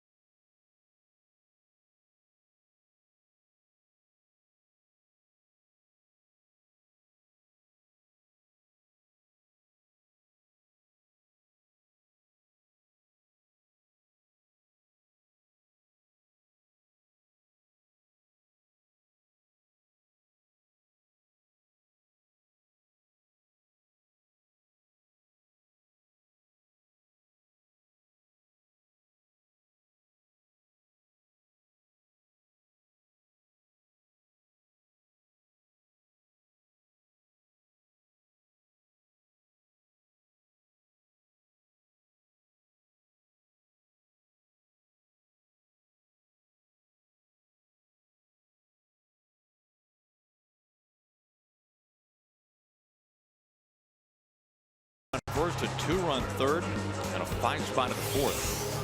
A time now for Built for Baseball, brought to you by T-Mobile. Gene Segura, a huge part of today. A home run back in the first, his second this season. I'm going to follow that up with another one. How about that sound?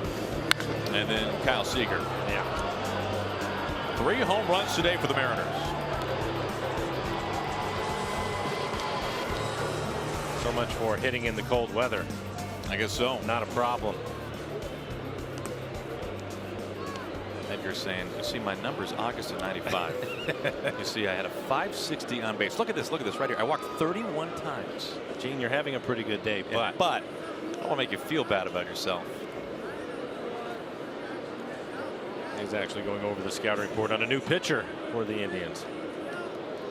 Jeff Beliveau. We've seen him already in the series. He faces Ryan Healy.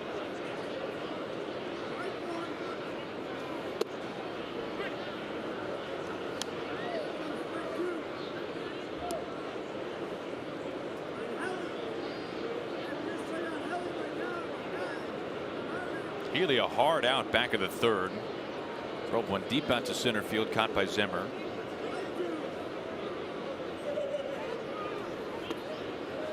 Beliveau, fastball curve, his fastball on average at 89 miles an hour.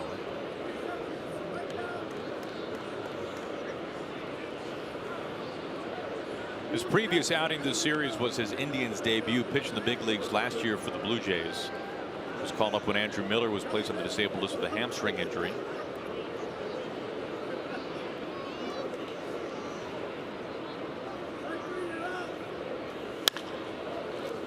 Pulled quickly and foul.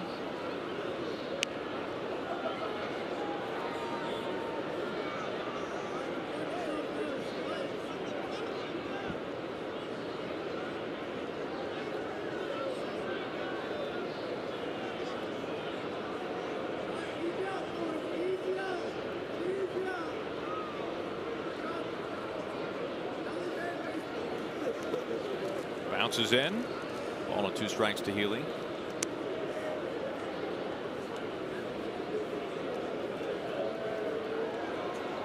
Ichiro waiting on deck. And Gamble getting the afternoon off.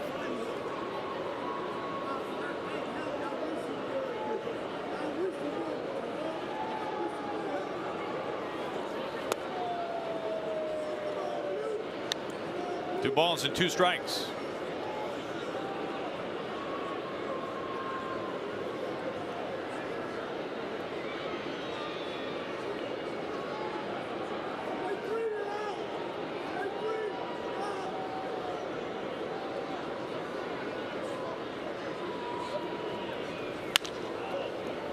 One hopper, Lindor on a knee. 1 out.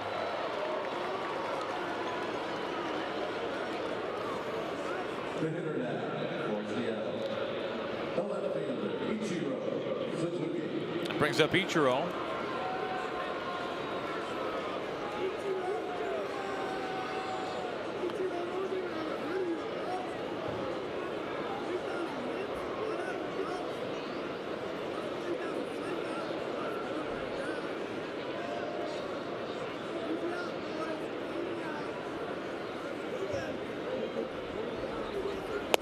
Thinking about Ryan Healy there and his former team, the Oakland A's. We'll be seeing Oakland after the off day at home on Monday. Tuesday, Wednesday, Thursday, opening up the homestand against the A's. And the A's are playing some really good baseball right now. It's going to be a good series. Sean Manaea last night, 7 innings, an unearned run against the Astros. They really got to Keuchel. 6 earned over 7 innings against Keuchel, winning last night. A's have won 4 of 5. Jed Lowry is suddenly one of the best hitters in terms of OPS in baseball this year. He's off to a tremendous start.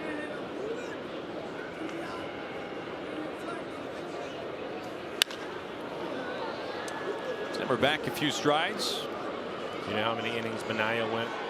He went 14 innings, I believe, setting an A's record between Giving up ahead. Join us at Safeco Field on Saturday, May the 5th for 90s night when the Mariners host the Angels. This will be later in the homestand. Enjoy the sights and sounds of the decade, plus the first 10,000 fans receive a one-of-a-kind James Paxton fanny pack. Join the fun by picking up tickets at Mariners.com. By the way, all 3 of those A's games are value games presented by BECU. There's Freitas looking at the first pitch low. Select $15 bleacher or view seats. Select $30 main club seats. Good stuff there. Both series should be terrific. Of course, the Angels we've seen after that right now in second place in the division outside the Astros by a half game.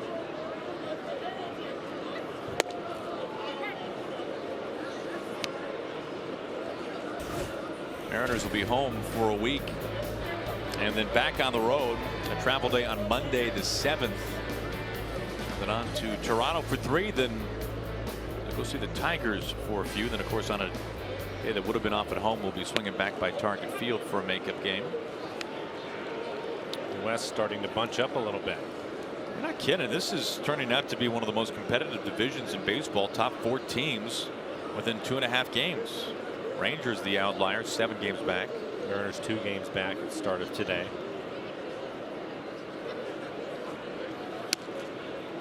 Two and two.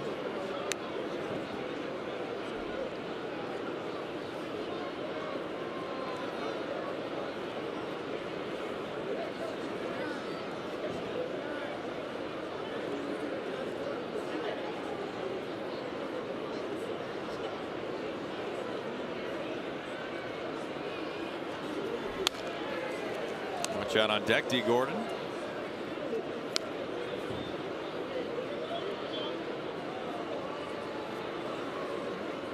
What a day for D and Segura. Both have been on base 3 times. Both have scored each time they've been aboard.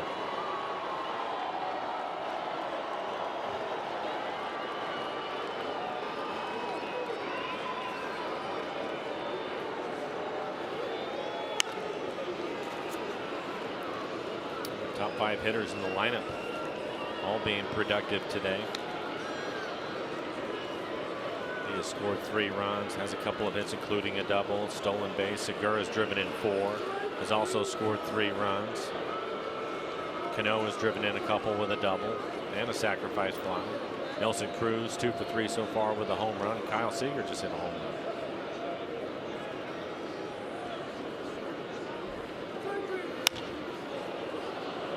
Looped out to Naquin in right field near the line. Foul ball.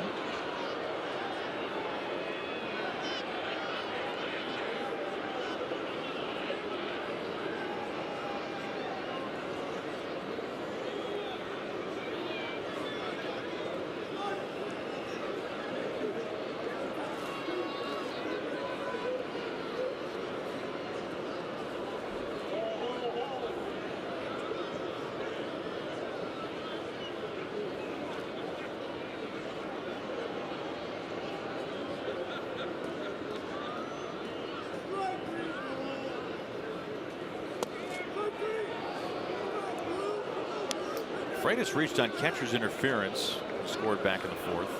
Having a long at bat. This will be the 9th pitch coming up.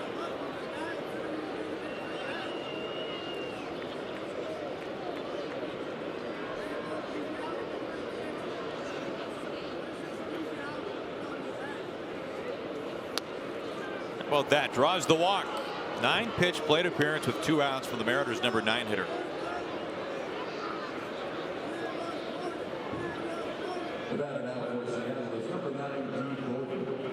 I keep saying this about Freitas, Mike.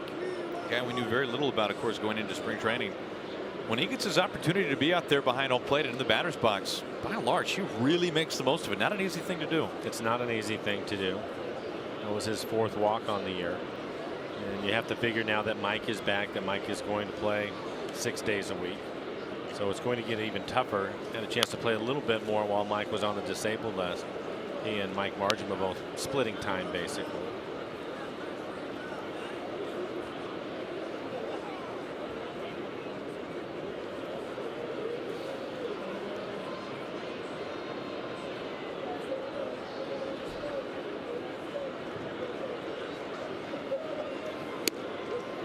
One and one to D. Gordon.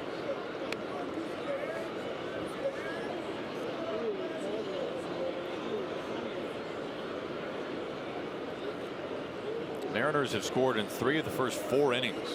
Looking to get on the board here in the 5th.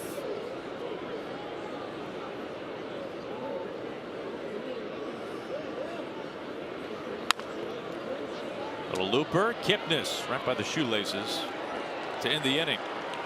Onto the home 5th. Mariners in control.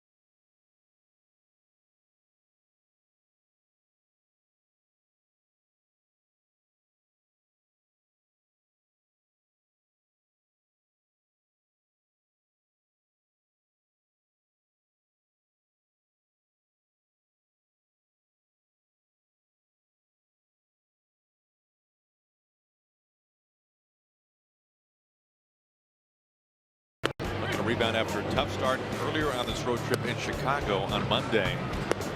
And he has been stellar so far. 4 strikeouts over the first 4 innings. Just 1 walk. Holding this Indians lineup in check.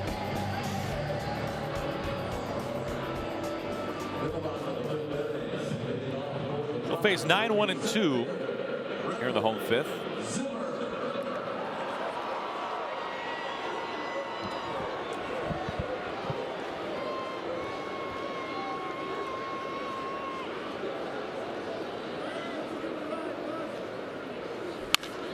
Zimmer on the first pitch out to left center.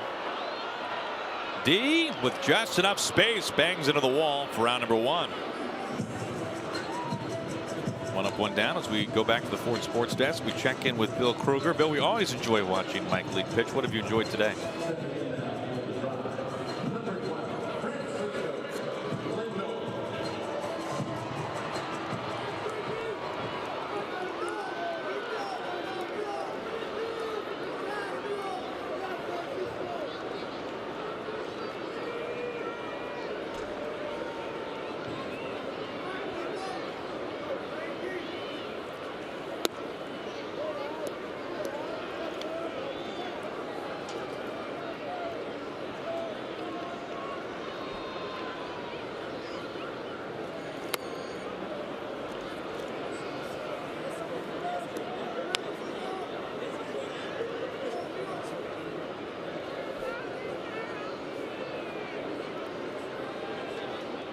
You mentioned aggressive swinging club. We saw that in Chicago when he had a tough time billing today. 18 batters faced, 14 first pitch strikes. Is it just the difference, the quality of those strikes, you think, between the 2 outings?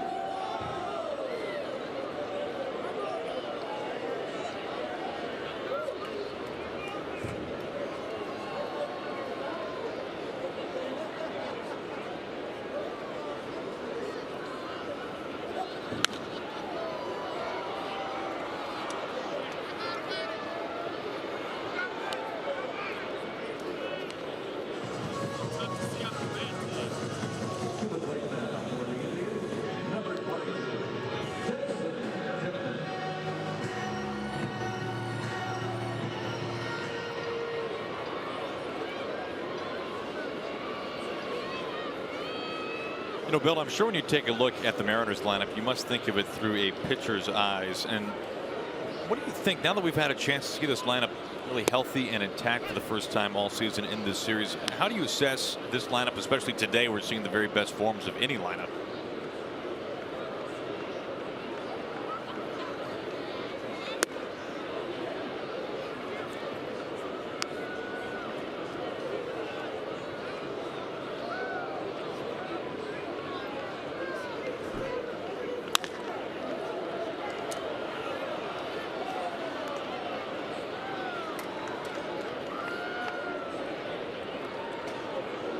Absolutely, Bill. Thank you as always. We'll catch your post game presented by Alaska Airlines. We're through 5. Mariners lead.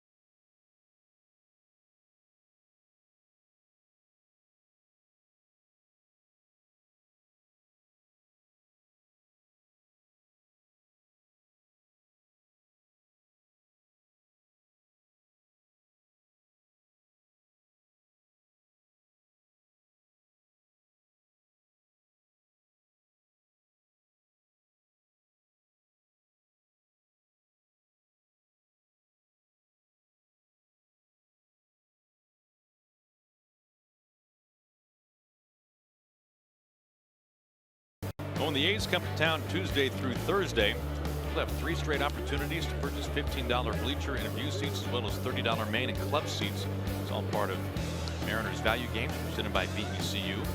Head on over to mariners.com/value to pick up your tickets. Kind of hit some home runs, huh, Mike? He did, and I think, thinking back on it with Tommy, and I believe he was a third baseman when he first broke in. Eventually, obviously, moved over to first. But I think he was one of the first guys with Cleveland and those great teams that they had. That as a young player, hadn't really done much at the major league level, but was given a multi-year contract. Maybe had a year and a half in or something like that. And they started to really tie all those guys up, and it turned out to be a really good move on their part. I played against a lot of those teams that Jim was on. Pretty good battles. Being enshrined in Cooperstown this summer. Yep. Pretty amazing. 612 home runs and was a .276 hitter. Nearly a quarter century. Zimmer's had his work cut out for him today. This is a little more routine. Segura retired for round number 1.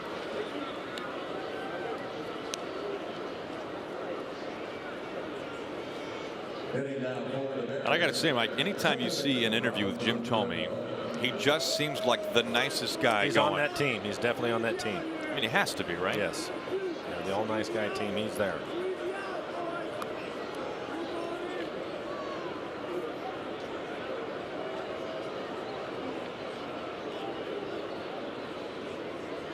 One out for Robbie.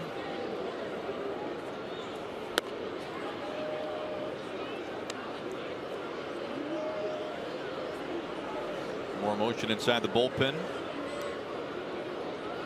Belisle getting loose.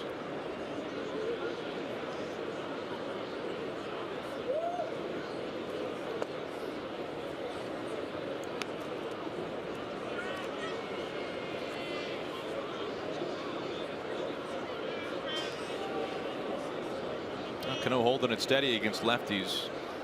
Crushing right-handers so far this year.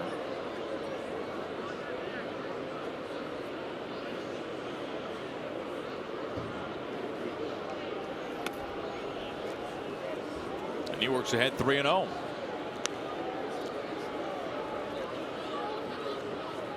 Something that he has been really consistent with this year is staying inside the strike zone. 1 for 2 today. He has a sacrifice fly, a double off the wall in left center. It's driven in 2 runs, but it's rare to see him go outside the strike zone.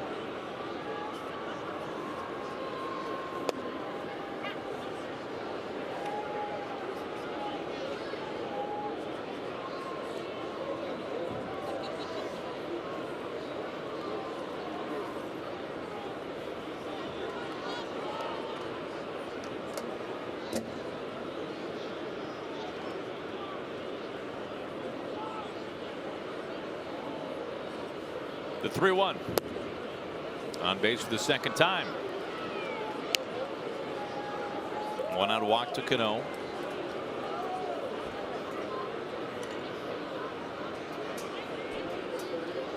Now batting for Seattle,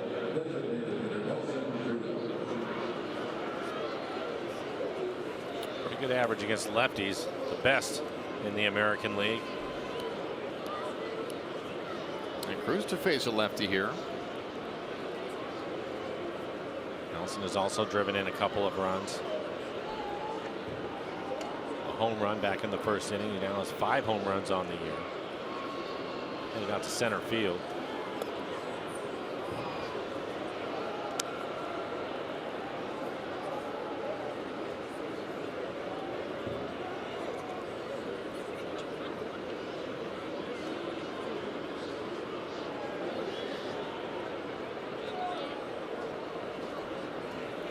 I think I know your answer to this, but you could have the conversation, which is more impressive, 428 feet of home run from Nelson Cruz in the first inning, or an RBI base hit off the bat at 115 miles an hour, because those have been the first 2 at bats today for Nelson Cruz. Guess I would have to find out what the exit velocity on the home run was. That's fair. That's a good point. I think I might have to go with the base hit, though, just because Cleveland had their infield in, and you were talking about how uncomfortable that must be, and then he hits one at almost 115 by Lindor, the shortstop. I mean, I feel like if you're Lindor in that case, you hear it better than you see it. It's by the time you react, it's by you. Another one. Under Lindor's glove. Speaking of that, it's a 3-hit day for Nelson Cruz.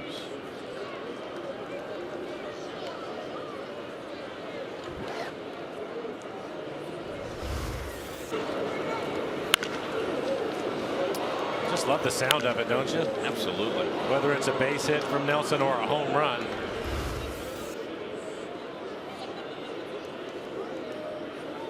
We have Kyle Seager. Kyle with the home run his last time up. He's hit the ball hard all 3 times. Lined out to the center fielder twice. 1 out, 2 on for Kyle. Well, now it's 4 home runs, 15 RBIs on the year.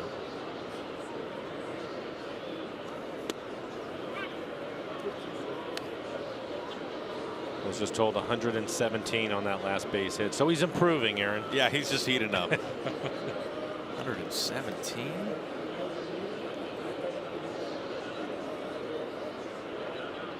Now, great numbers today for the Mariners with runners in scoring position. The season average now over 300.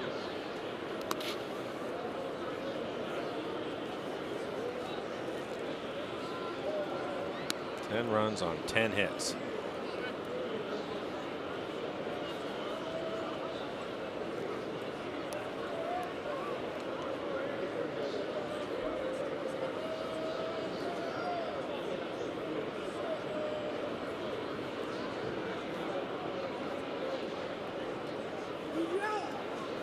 When we talk about Cruz, Mike, and we know that he's like one of the strongest guys in the game, but it's more than that, isn't it? I mean, he finds the barrel every time.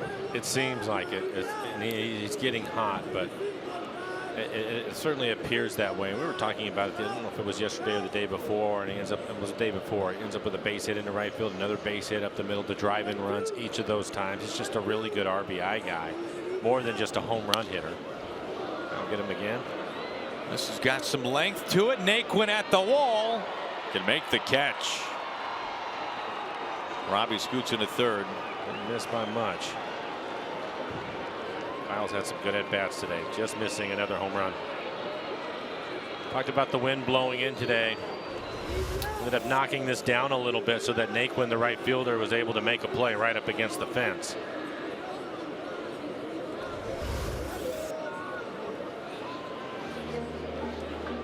Here comes Tito. Beliveau done. 2 outs and 2 on. Top of the 6th. We've got a pitching change.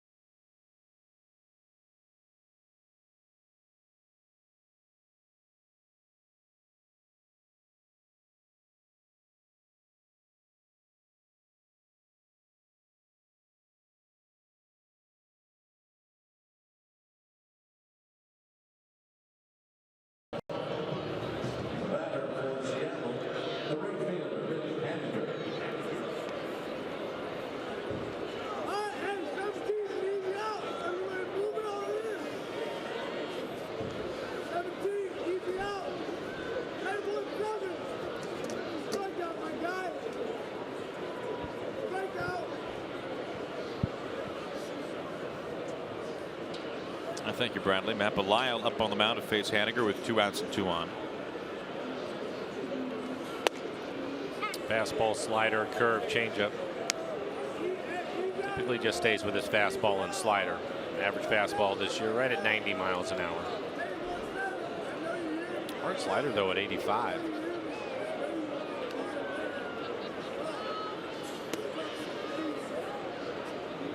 Not far enough to get Cano off the bag at third. 1-1. 7 appearances. ERA over 7, 7 1/3, just a couple of strikeouts. Again, fastball, slider, fastball at 90.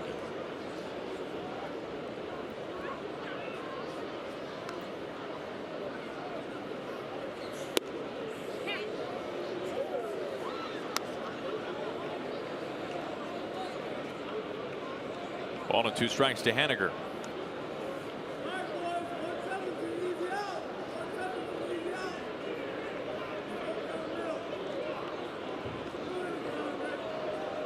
Cano at third, Cruz at first.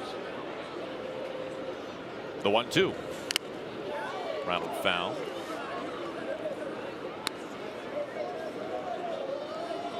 Haniger maintains a higher slugging percentage than both Mike Trout and Aaron Judge entering today.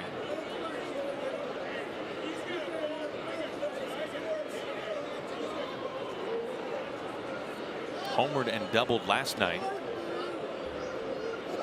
Off one of the game's best starters and off one of the game's best closers.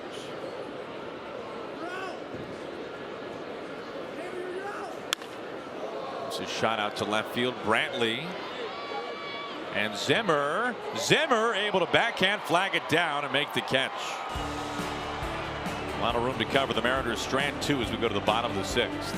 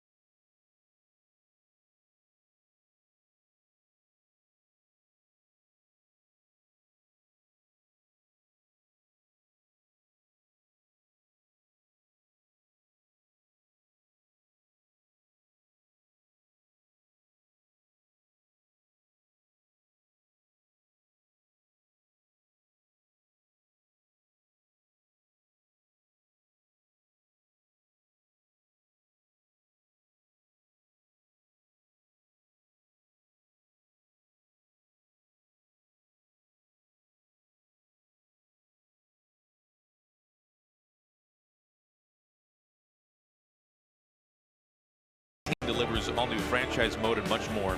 RBI Baseball 18 is available now for Xbox One, Nintendo Switch, PlayStation 4, iOS, and Android. Learn more at rbigame.com. First pitch strike. Seen a lot of that today from Mike Leake. He starts off Ramirez 0-1.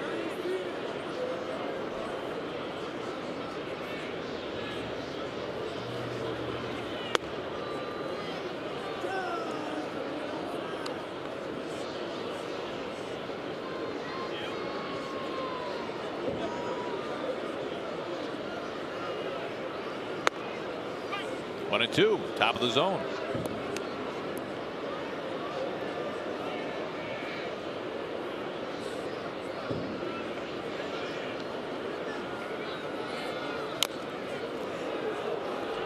Right off the lower half, Ramirez Able to get up.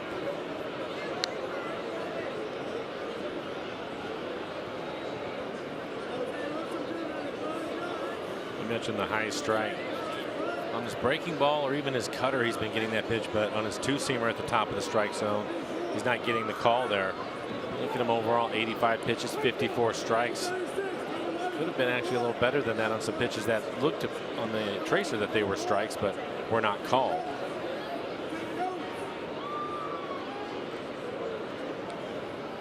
Trying again, the 1-2. Into right field for a base hit. Jose Ramirez gets his first hit this year against the Mariners. He was 0 for his first 23. We're talking about one of the best hitters in the American League last year. This is going to be on a high fastball, top of the strike zone. Able to get the barrel to it.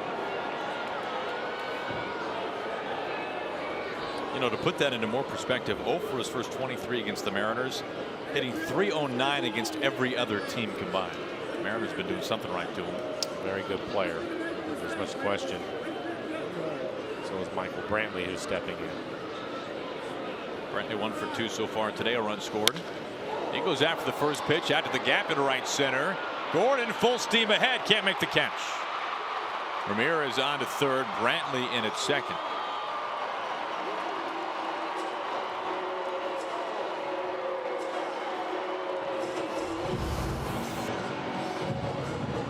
Pitch is on the inside corner. He's sliding, trying to make the catch. Backhand hits off the heel of his glove. Be a double.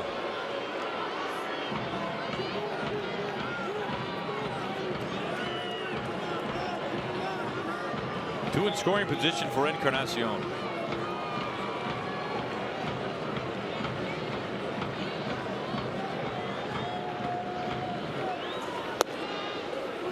Takes ball one. Mike approaching 90 pitches. Bullpen starting to move around. Somebody's going to get loose. Here's Pazos.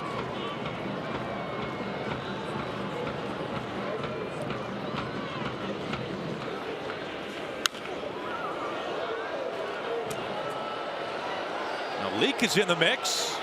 He was the closest to it down the steps. Freitas hard slide. It's an artificial warning track here at Progressive Field.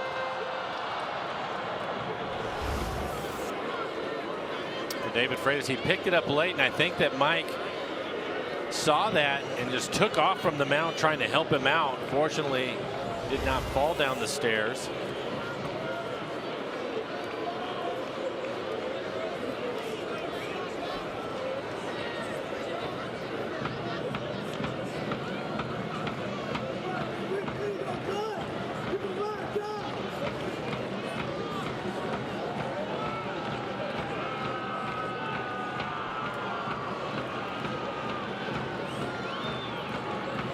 The 1-1. 1-2. Right back to the slider.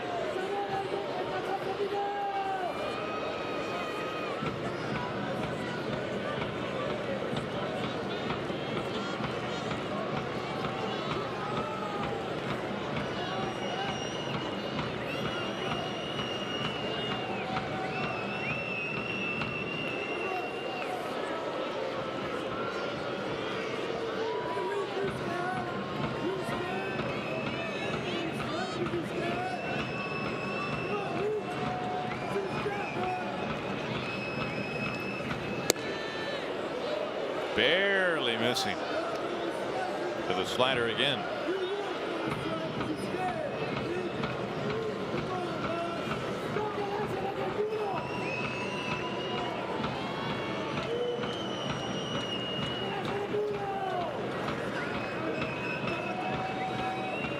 Ramirez at third base, Brantley at second. Gets him this time. Just stayed with the slider the entire time. Once he was ahead, gets him to chase it.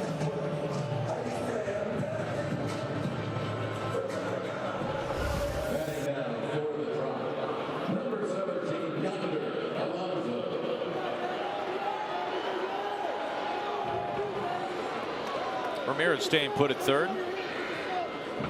That's the second time Leake has gotten Encarnacion swinging and missing on strike 3. Now 5 home runs the last 8 days for Yonder Alonso, and he's homered in 3 straight against the Mariners.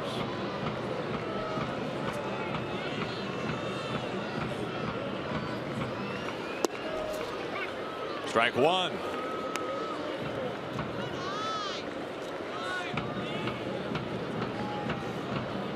.222 with runners in scoring position. The shift is on.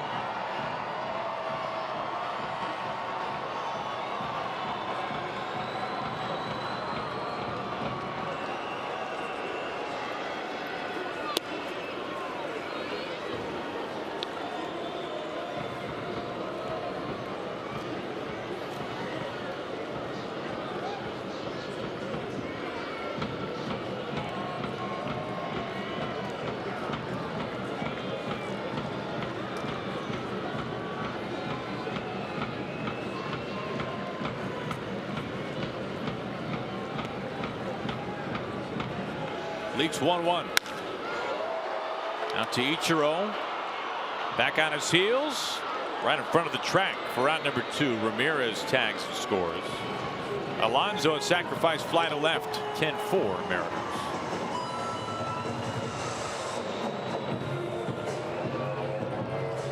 I'll be sure to stick around after the game for Mariners post-game presented by Alaska Airlines.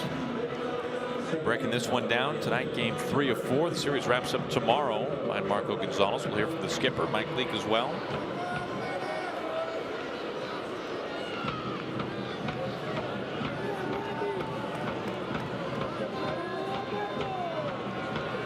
Two outs. Brantley still at second. Here's Roberto Perez, the catcher.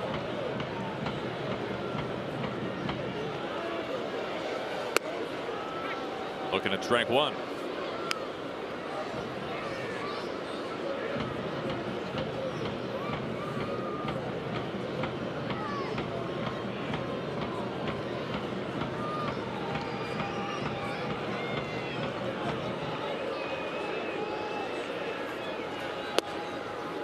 Ahead 0-2. We've seen that all day from Mike Leake, working ahead of the hitters.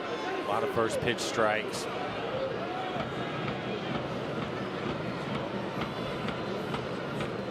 Good feel for his curveball early, and now it's the slider.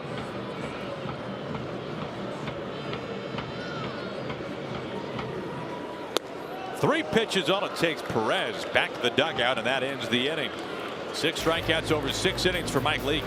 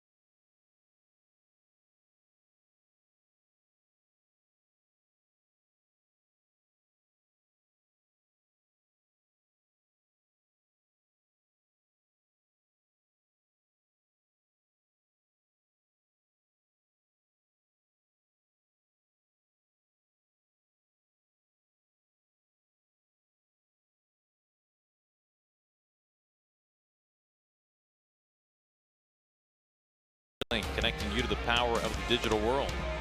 By BNSF, sponsor of the BNSF Blast. By Money Tree, proud to make a donation to Mariners Care for every Mariners win.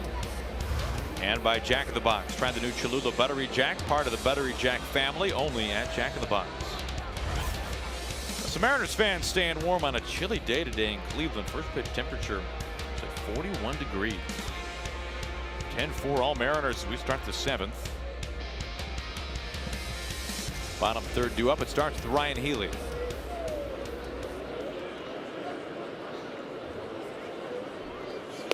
Ryan with a base hit in each of the first 2 games, looking for his first hit today.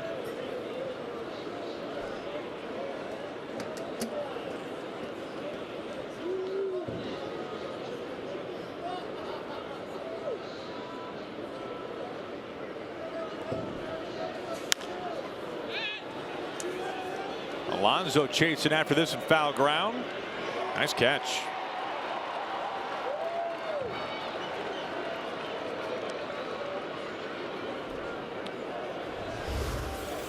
Runs to a spot right over by the wall and reaches out last second to make the catch.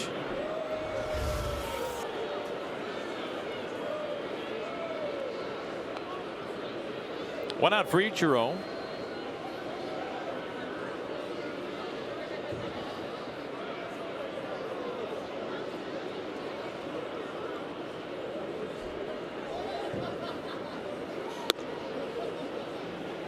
Backs away from ball 1.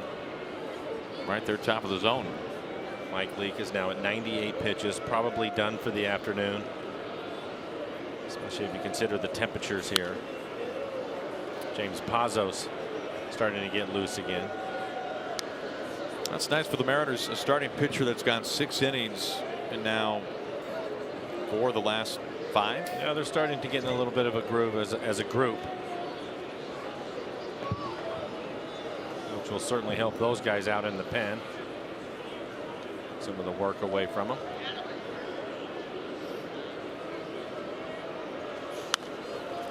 Ichiro behind. You know, to kind of reset this one a little bit, after the Mariners got on the board for 3 runs in the first, a couple of home runs. They scored 7 runs combined between the 3rd and 4th innings. They chased Carlos Carrasco out of this game after just 3 frames. It's hard to overstate the kind of role that Carlos Carrasco was on entering today. Mariners had already seen him once. Soft pop up over to Lindor at shortstop. And by the way, the ball was being hit hard in that group too. There weren't any soft singles in there or seeing eye singles. They were hitting line drives all over the place. I mean, barring a comeback, this would snap the run for Carlos Carrasco of 10 straight winning decisions dating back to August of last year. And in that span, an ERA of 170.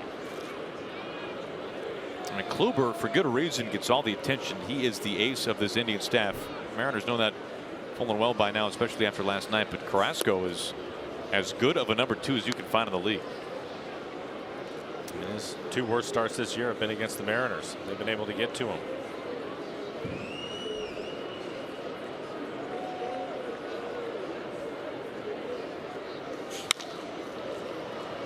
This is out to right. Naquin quickly back to the track. He's had a busy day on the warning track by the wall. Freitas, deep fly ball out to end the inning. Time to stretch.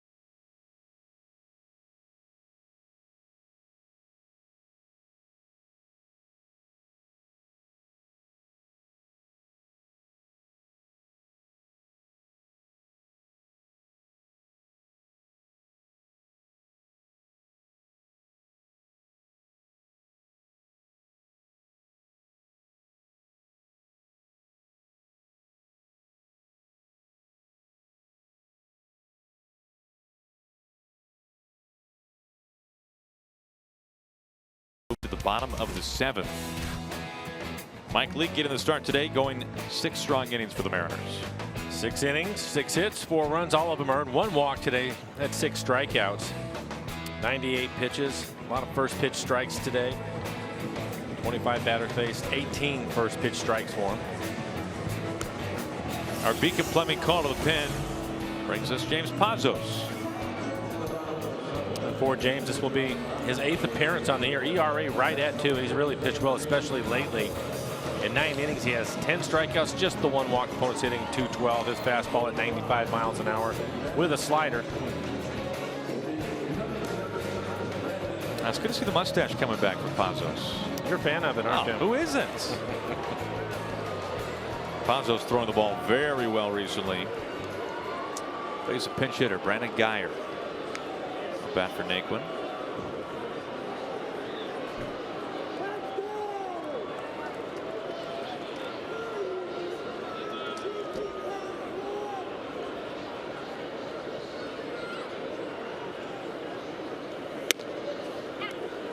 And whistles in right over the heart of the plate for strike 1.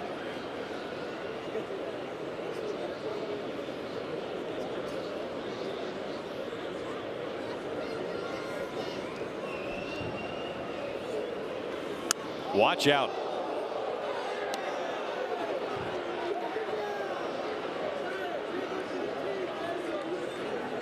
He somehow got out of the way of that. Sitting over there on the bench for 6 innings and getting your pinch hit. That'll wake you up. 94 miles an hour.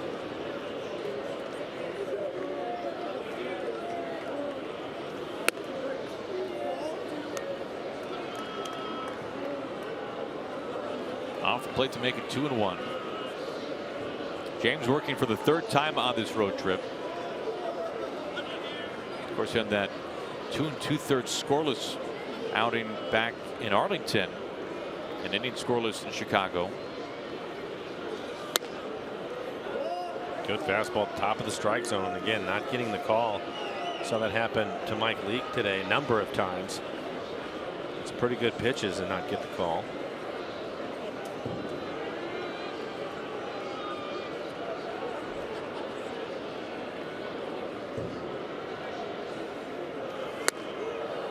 Swinging strike that time, full count.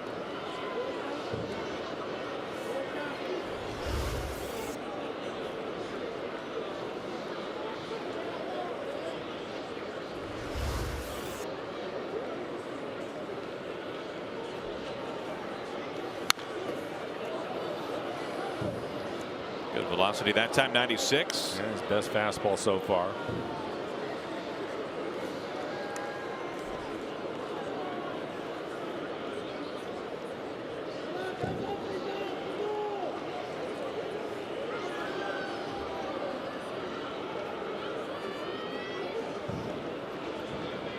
Another 3-2. Strike 3 call. 96 that time from Pazos. And just right on the inside corner after a number of elevated fastballs, paints him at 94 miles an hour. We referenced last night our conversation yesterday with Mariners bullpen coach Brian DeLunas, which was incredible. We just began to scratch the surface with Brian, a new addition to the Mariners coaching staff this year. And I know you talked to him about Pazos a little bit. Yeah, I did. And just early in the season, he was having some issues with his command more than anything. Velocity was down just a little bit. And he was just, you know, again, you go through the tape and you start looking at different things. And for him, it was just a little adjustment that they had to make with him. And basically what was happening is he had a tendency to drop on his back leg. And he wasn't able to catch up. In other words, you'll see him now. He'll finish out over his front leg with it when he throws the baseball. Before, he's kind of dragging behind, being more upright with his upper body. And since then, he has done exactly that. Done nothing but throw strikes, quality strikes, good stuff. There you see 95 again. He is on his game, basically shortening up his stride just a little bit. It's made a real difference for him. The Mariners on the pitching side, obviously Mel in charge of all of that, but they have a lot of eyes on the pitchers. Brian being one of them. Another good pitch. Another strike 3 called right on the lower outside corner. And that one at 96. Well, the Mariners Team Store Fan Dream Stakes contest is going on now. When you stop by any of the 5 Mariners Team Stores to sign up, you're automatically entered to win one of 10 great prizes, including authentic Mariners apparel, a photo with a player, or even the chance to throw out the first pitch. So stop by a Mariners Team Store to enter.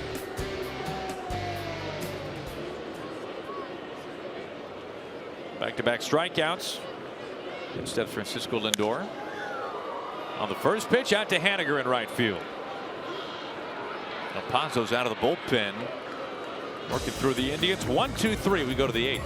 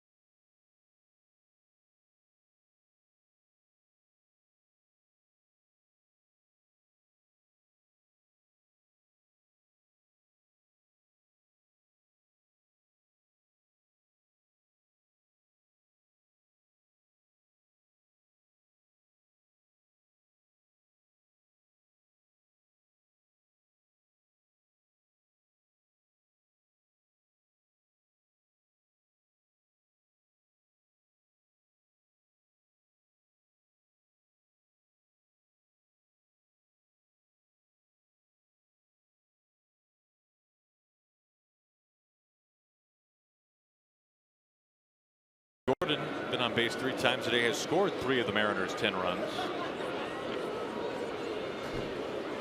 Also has a stolen base, leads the league with 10.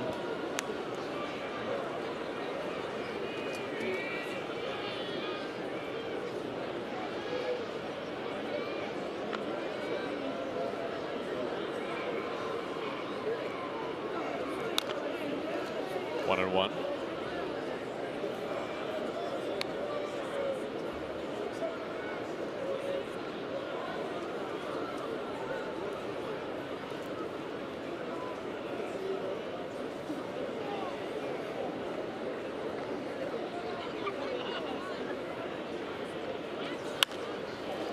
Not that Terry Francona has had to lean on any reliever for all that extended period of time today, Mike. Saw Belleville going inning and 2/3, but Carrasco getting to the point. Only 3 innings. Tomlin goes tomorrow for the Indians. Of their staff, their rotation, he's been the least consistent. Yeah. And you wonder what kind of trickle down effect today might have on not necessarily the availability. Yeah, not necessarily the availability of relievers tomorrow, but the effectiveness going back-to-back days for some of those guys. It always seems to be amplified more in a 4-game series compared to a 3. I would agree with that. Yeah, they're going to need some innings out of them.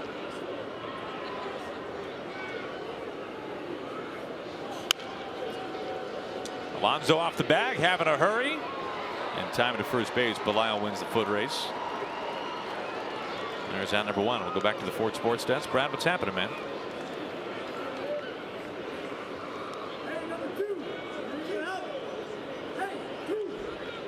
Stepping in now, shortstop Gene Segura.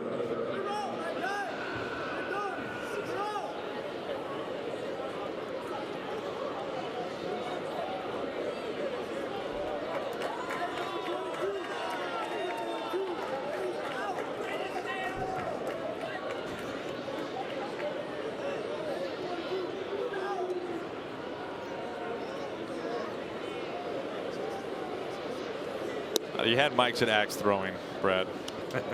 Let's keep it together. There's ball one to Segura. What a great day for him. Let's see, 3 for 4 with the home run. He's driven in 4 runs, scored 3 runs.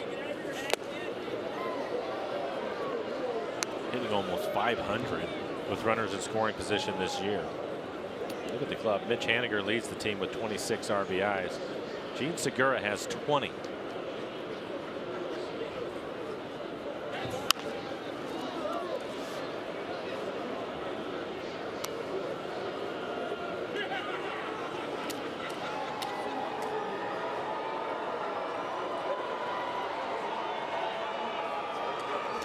I was almost going to ask if it was a quiet 20, but when you look at those numbers, the runners in scoring position, not at all. Not at all. Waving for this pitch. 2 outs.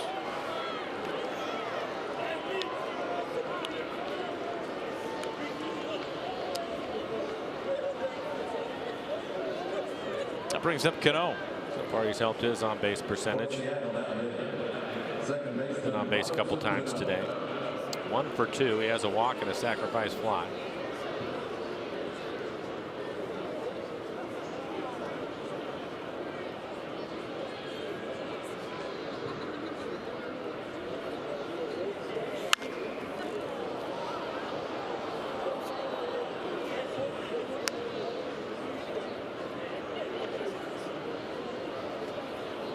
Cano still sitting on 99 career home runs as a Mariner, as Seager is getting things warmed up.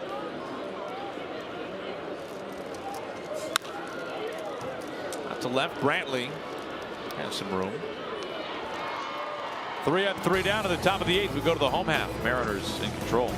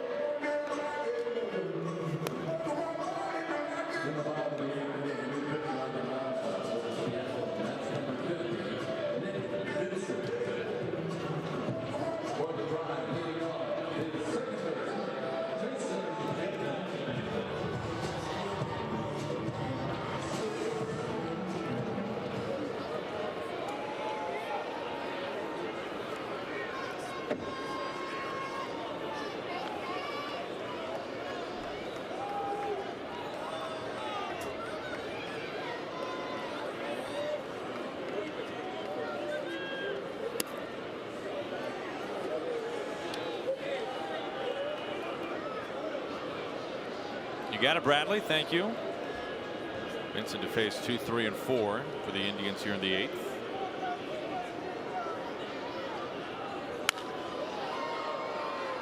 to Ichiro in left field. One down. We want you to join the conversation. For up-to-date game information and live interaction, be sure to like us on Facebook, follow us on Twitter and Instagram. Check us out. Stay connected with Root Sports.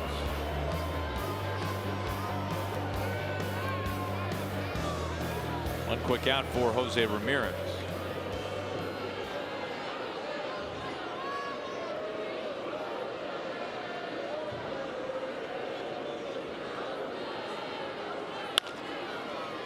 Right away, over to Ryan Healy at first base. 3 pitches, 2 outs.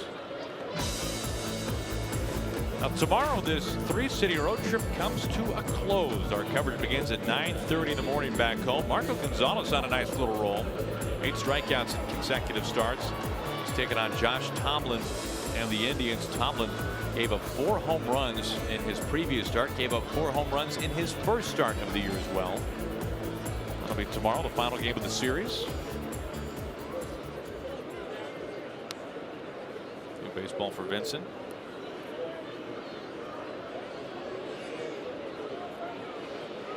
Mentioned all the strikeouts from Marco Gonzalez. Just 4 walks on the year.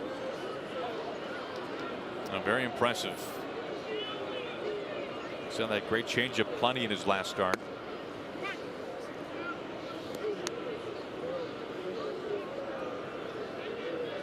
Bradley having a very strong series.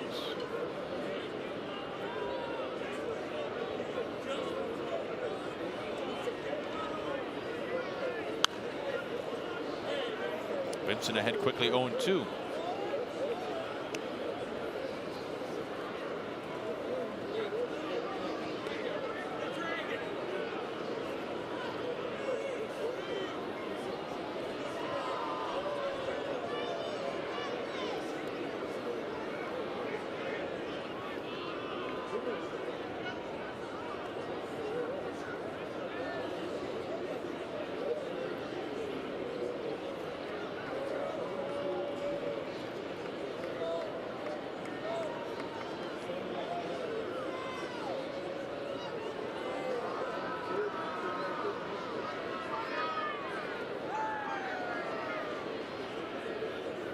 The 0-2.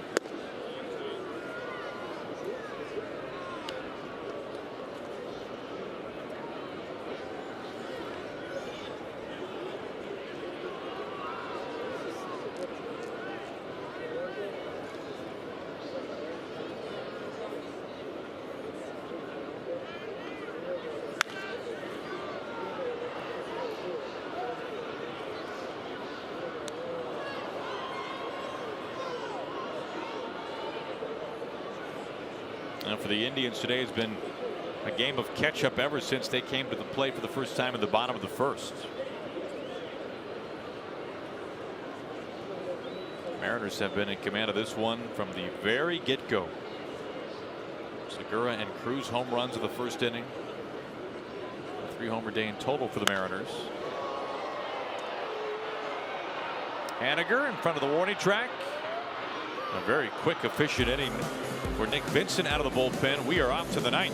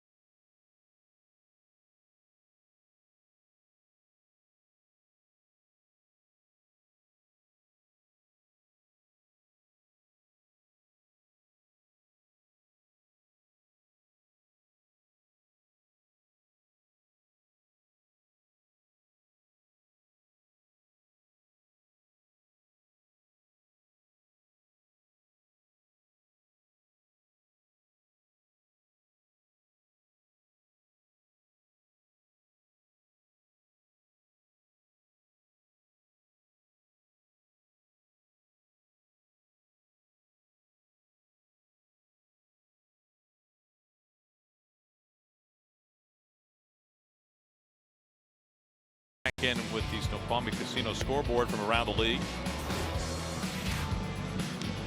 Now the Twins, who had lost 7 in a row, 3-1 winners today at home against Cincinnati. White Sox blanking the Royals within the Central. 8-0 there. They're the 9th. Rangers on top of the Blue Jays. Coming up later, the really entertaining series, Athletics and Astros from Minute Maid Park. Colon, by the way, 7 innings, 3 runs in that start for the Rangers today.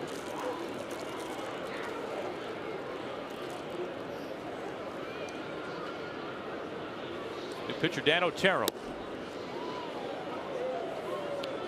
Fastball, slider, changeup.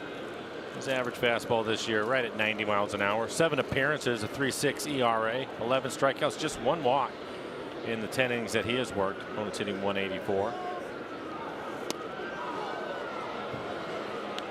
Good 2-seamers just off the inside corner to Nelson.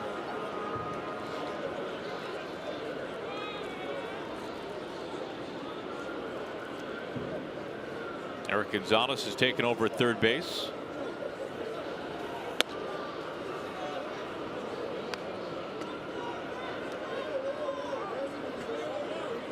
Otero's first year in Cleveland was tremendous. Last year very good also, but boy, back in 2016 an ERA of just barely over 1.5.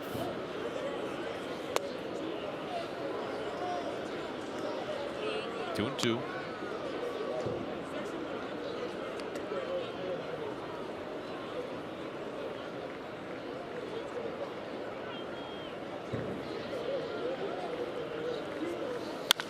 Smoke left field. That'll take Gonzalez's glove right off to the base of the wall. What a day for Nelson Cruz. That is a 4-hit day for Nelly. 4 for 5. And they've all been screamers. Yeah, been screamers. He is moving up the list as far as exit velocity goes. Almost takes the glove off of Gonzalez just in the game. Barely has time even wave at it as it gets all the way out to the wall. And for Nelson, he'll stumble a little bit around first, but he's okay.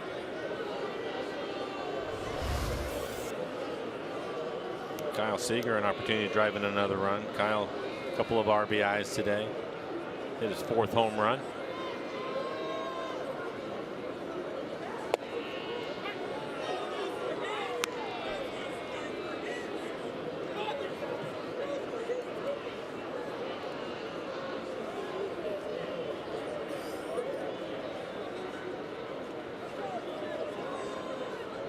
Seager nearly had another home run, flew out to the track his last time up. Also lined out a couple of times to center field. The opposite way to Brantley. 1 down. Get him back to Nelson for a moment, and those 4 hits today. This marks the 3rd time in his Mariners career with 4 hits. Did it last September with the Rangers. Go back to 2015. Did it against the Twins. Ben Gamble will run for him. And I guess this does make sense, Mike. If Nelson Cruz is going to get 4 hits in a game, one of them is bound to be a homer, because all 3 times he's done it for the Mariners, one of those hits has been a home run today included. Well, 40 home runs a year. Great afternoon for him. 4 hits, the home run. Has his average up to 290 now.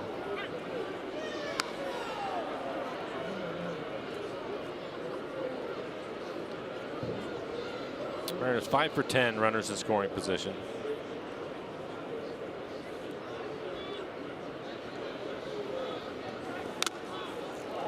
Mitch looking for his first hit. He is 0 for 3 this afternoon.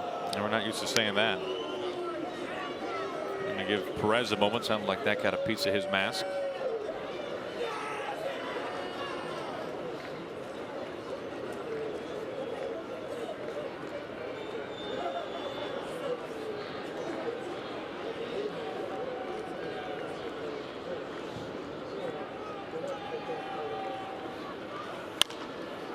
To Otero. Gamble take third on first base out number 2.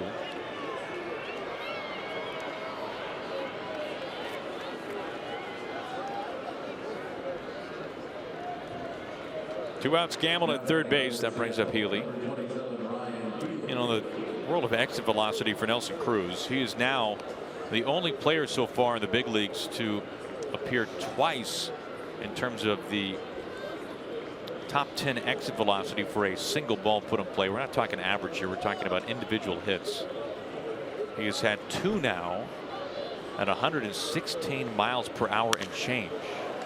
Healy, a bomb out to center. Ryan Healy going deep. Dead center field. His first in a Mariners uniform. It comes in the 9th. And it is the 4th home run today for the Mariners. They have been wearing out that section at straightaway center.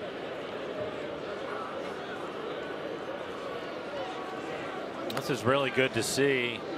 Everybody was asking Scott Service over the last few days, well, really before we started this series, when Ryan Healy was going to be back. And Scott said that he wanted him to get his timing right before he brought him back. And again, a base hit in the first game, a base hit last night, and now a 2-run home run driving the ball out to dead center field. D. Gordon likes it.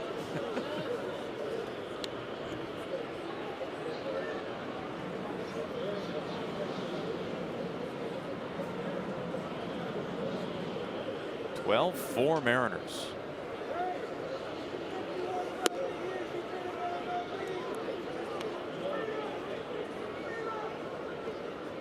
Segura, Cruz, Seager, and now Healy all going deep today.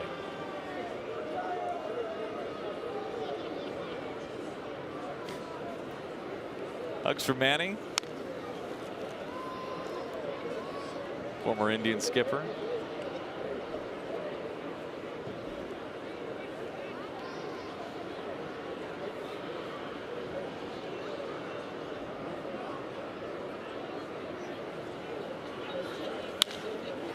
Ichiro out to Brantley in left field to end the inning. Why not? Mariners add on 2 more runs. Meanwhile, Indians down to their final 3 outs.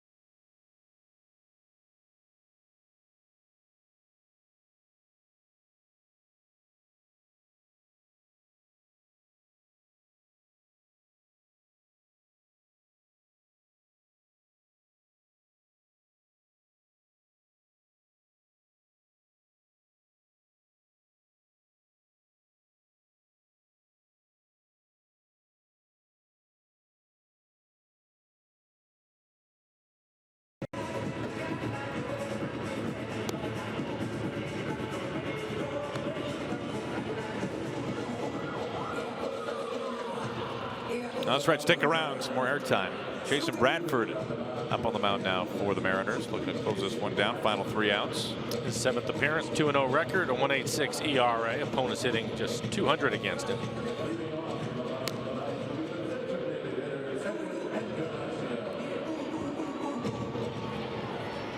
Face Edwin Encarnacion to lead things off.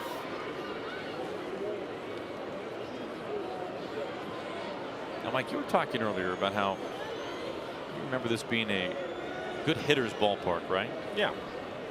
Would you believe, Mike? Now, this is only the second time ever the Mariners have homered 4 times in this ballpark.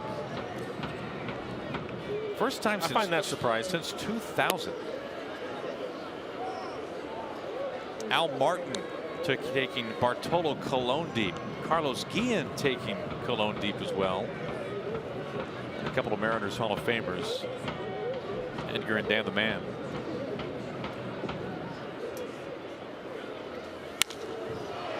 Out to center. Gordon in front of the track. Out number 1.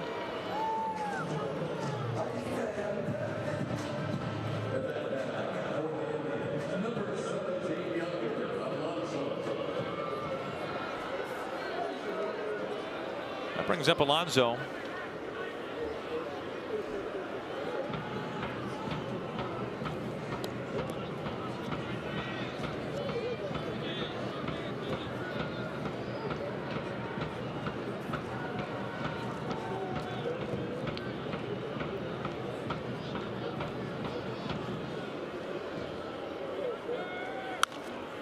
Strike 1.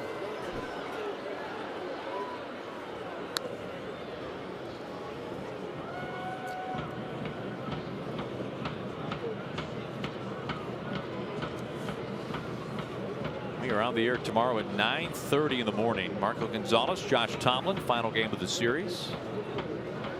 Mariners will have a chance for a series win.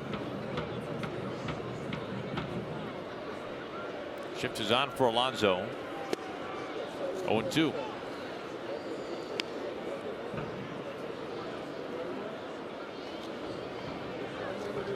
And assuming the score holds for the Mariners, 12-4 with 1 out of the 9th inning, the Mariners' streak of not losing a road series will stay intact. Mariners' only series lost this year coming at home against the Astros.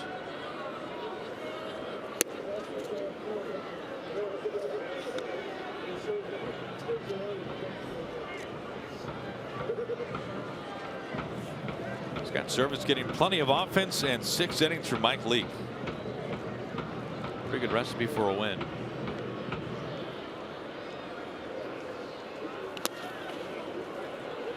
Now 2-2. And the other part of it too was a good chance to give Nicasio and Diaz a day off. It's a couple of days for them. Back with a day game tomorrow. They've got 3 straight. Yeah.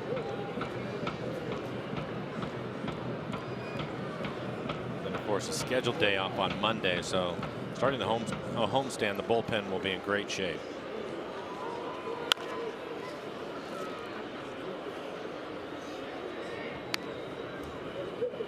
Homestand that starts on Tuesday. The A's coming to town, then the Astros. Those will be 2 really good series.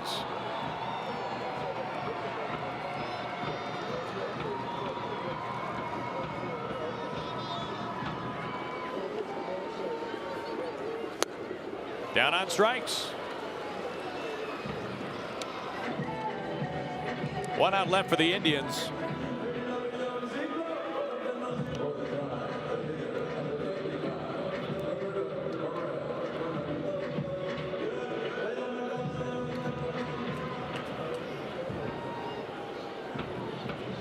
Two outs for Roberto Perez.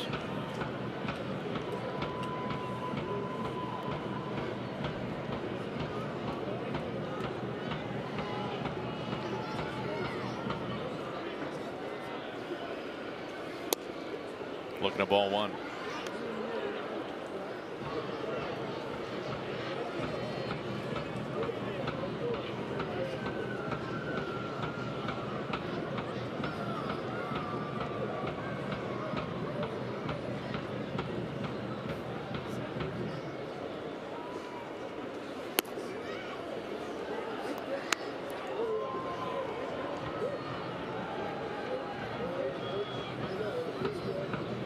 The A's and the Angels come to town. Our first look at Mike Trout this year. Shohei Ohtani as well.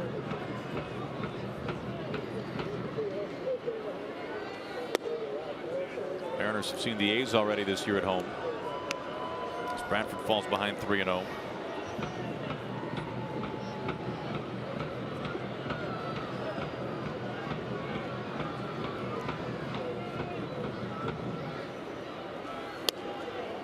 4-pitch walk. Looked pretty sharp through the first two batters. Missed with a couple of sliders. They missed with that fastball off the plate.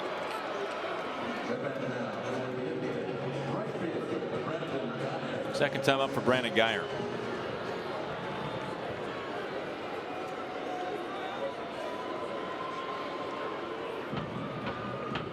By the way, speaking of the Angels, Pujols now 5 hits from 3,000 entering today.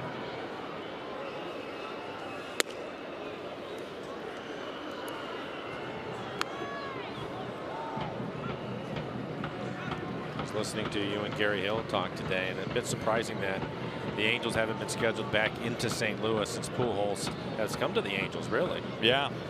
Now that seems like a interleague gimme, doesn't it? This is crushed but foul. You would think that would have happened by now.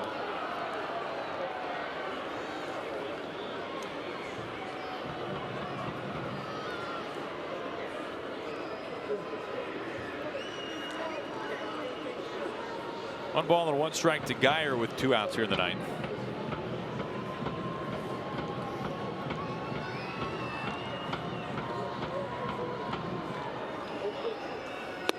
Good slider.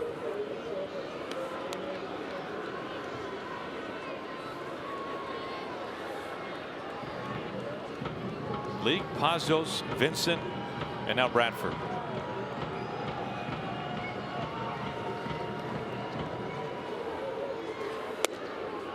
Just off the plate.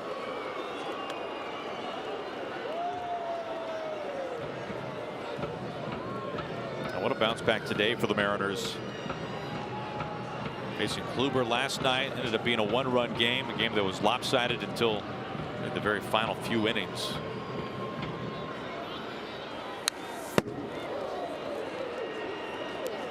Last night it was the Indians doing all the home run hitting. Today the Mariners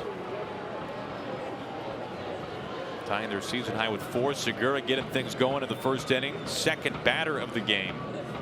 His second. He's driven in 4. Consider the pitching that the Mariners have faced so far in this series. Clevenger a 1.75 ERA, Kluber a 1.96, and today Carrasco at a 2.31, and they've scored 22 runs in the first 3 games of this series. That's amazing. Gives you an idea about this lineup we keep talking about. For sure. They can hit.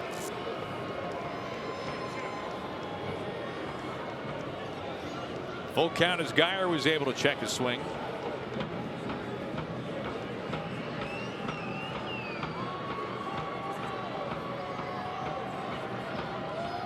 The 3-2. Ball game. Mariners win it 12-4. Good outing for Mike Leake. Bounce back outing for him, going 6 innings. A little bit unlucky at times. Maybe the strike zone also hurt him a little bit. Not because of him, but because of pitches that were not called. But it was an offensive day today. A lot of guys having a big day, including Gene Segura, who's hitting almost 500 with runners in scoring position. He drives in 4. Now Mariners a big win today. A chance for a series win in 4 games tomorrow behind Marco Gonzalez. Mariners postgame presented by Alaska Airlines. It begins right now. Bill, Adam, it's all yours.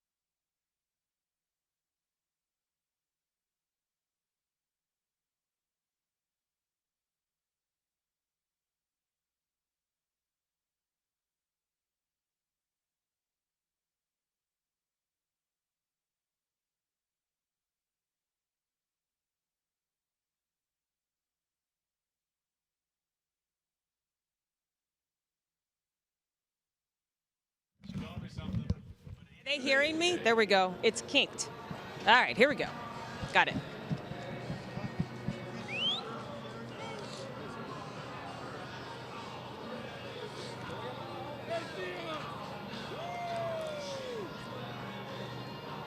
Well, and we were just chatting, Brad, and I said, I know the real reason you hit the home run. Can you confirm this for me? It was just because you didn't want to stand on the bases because it's too cold out here.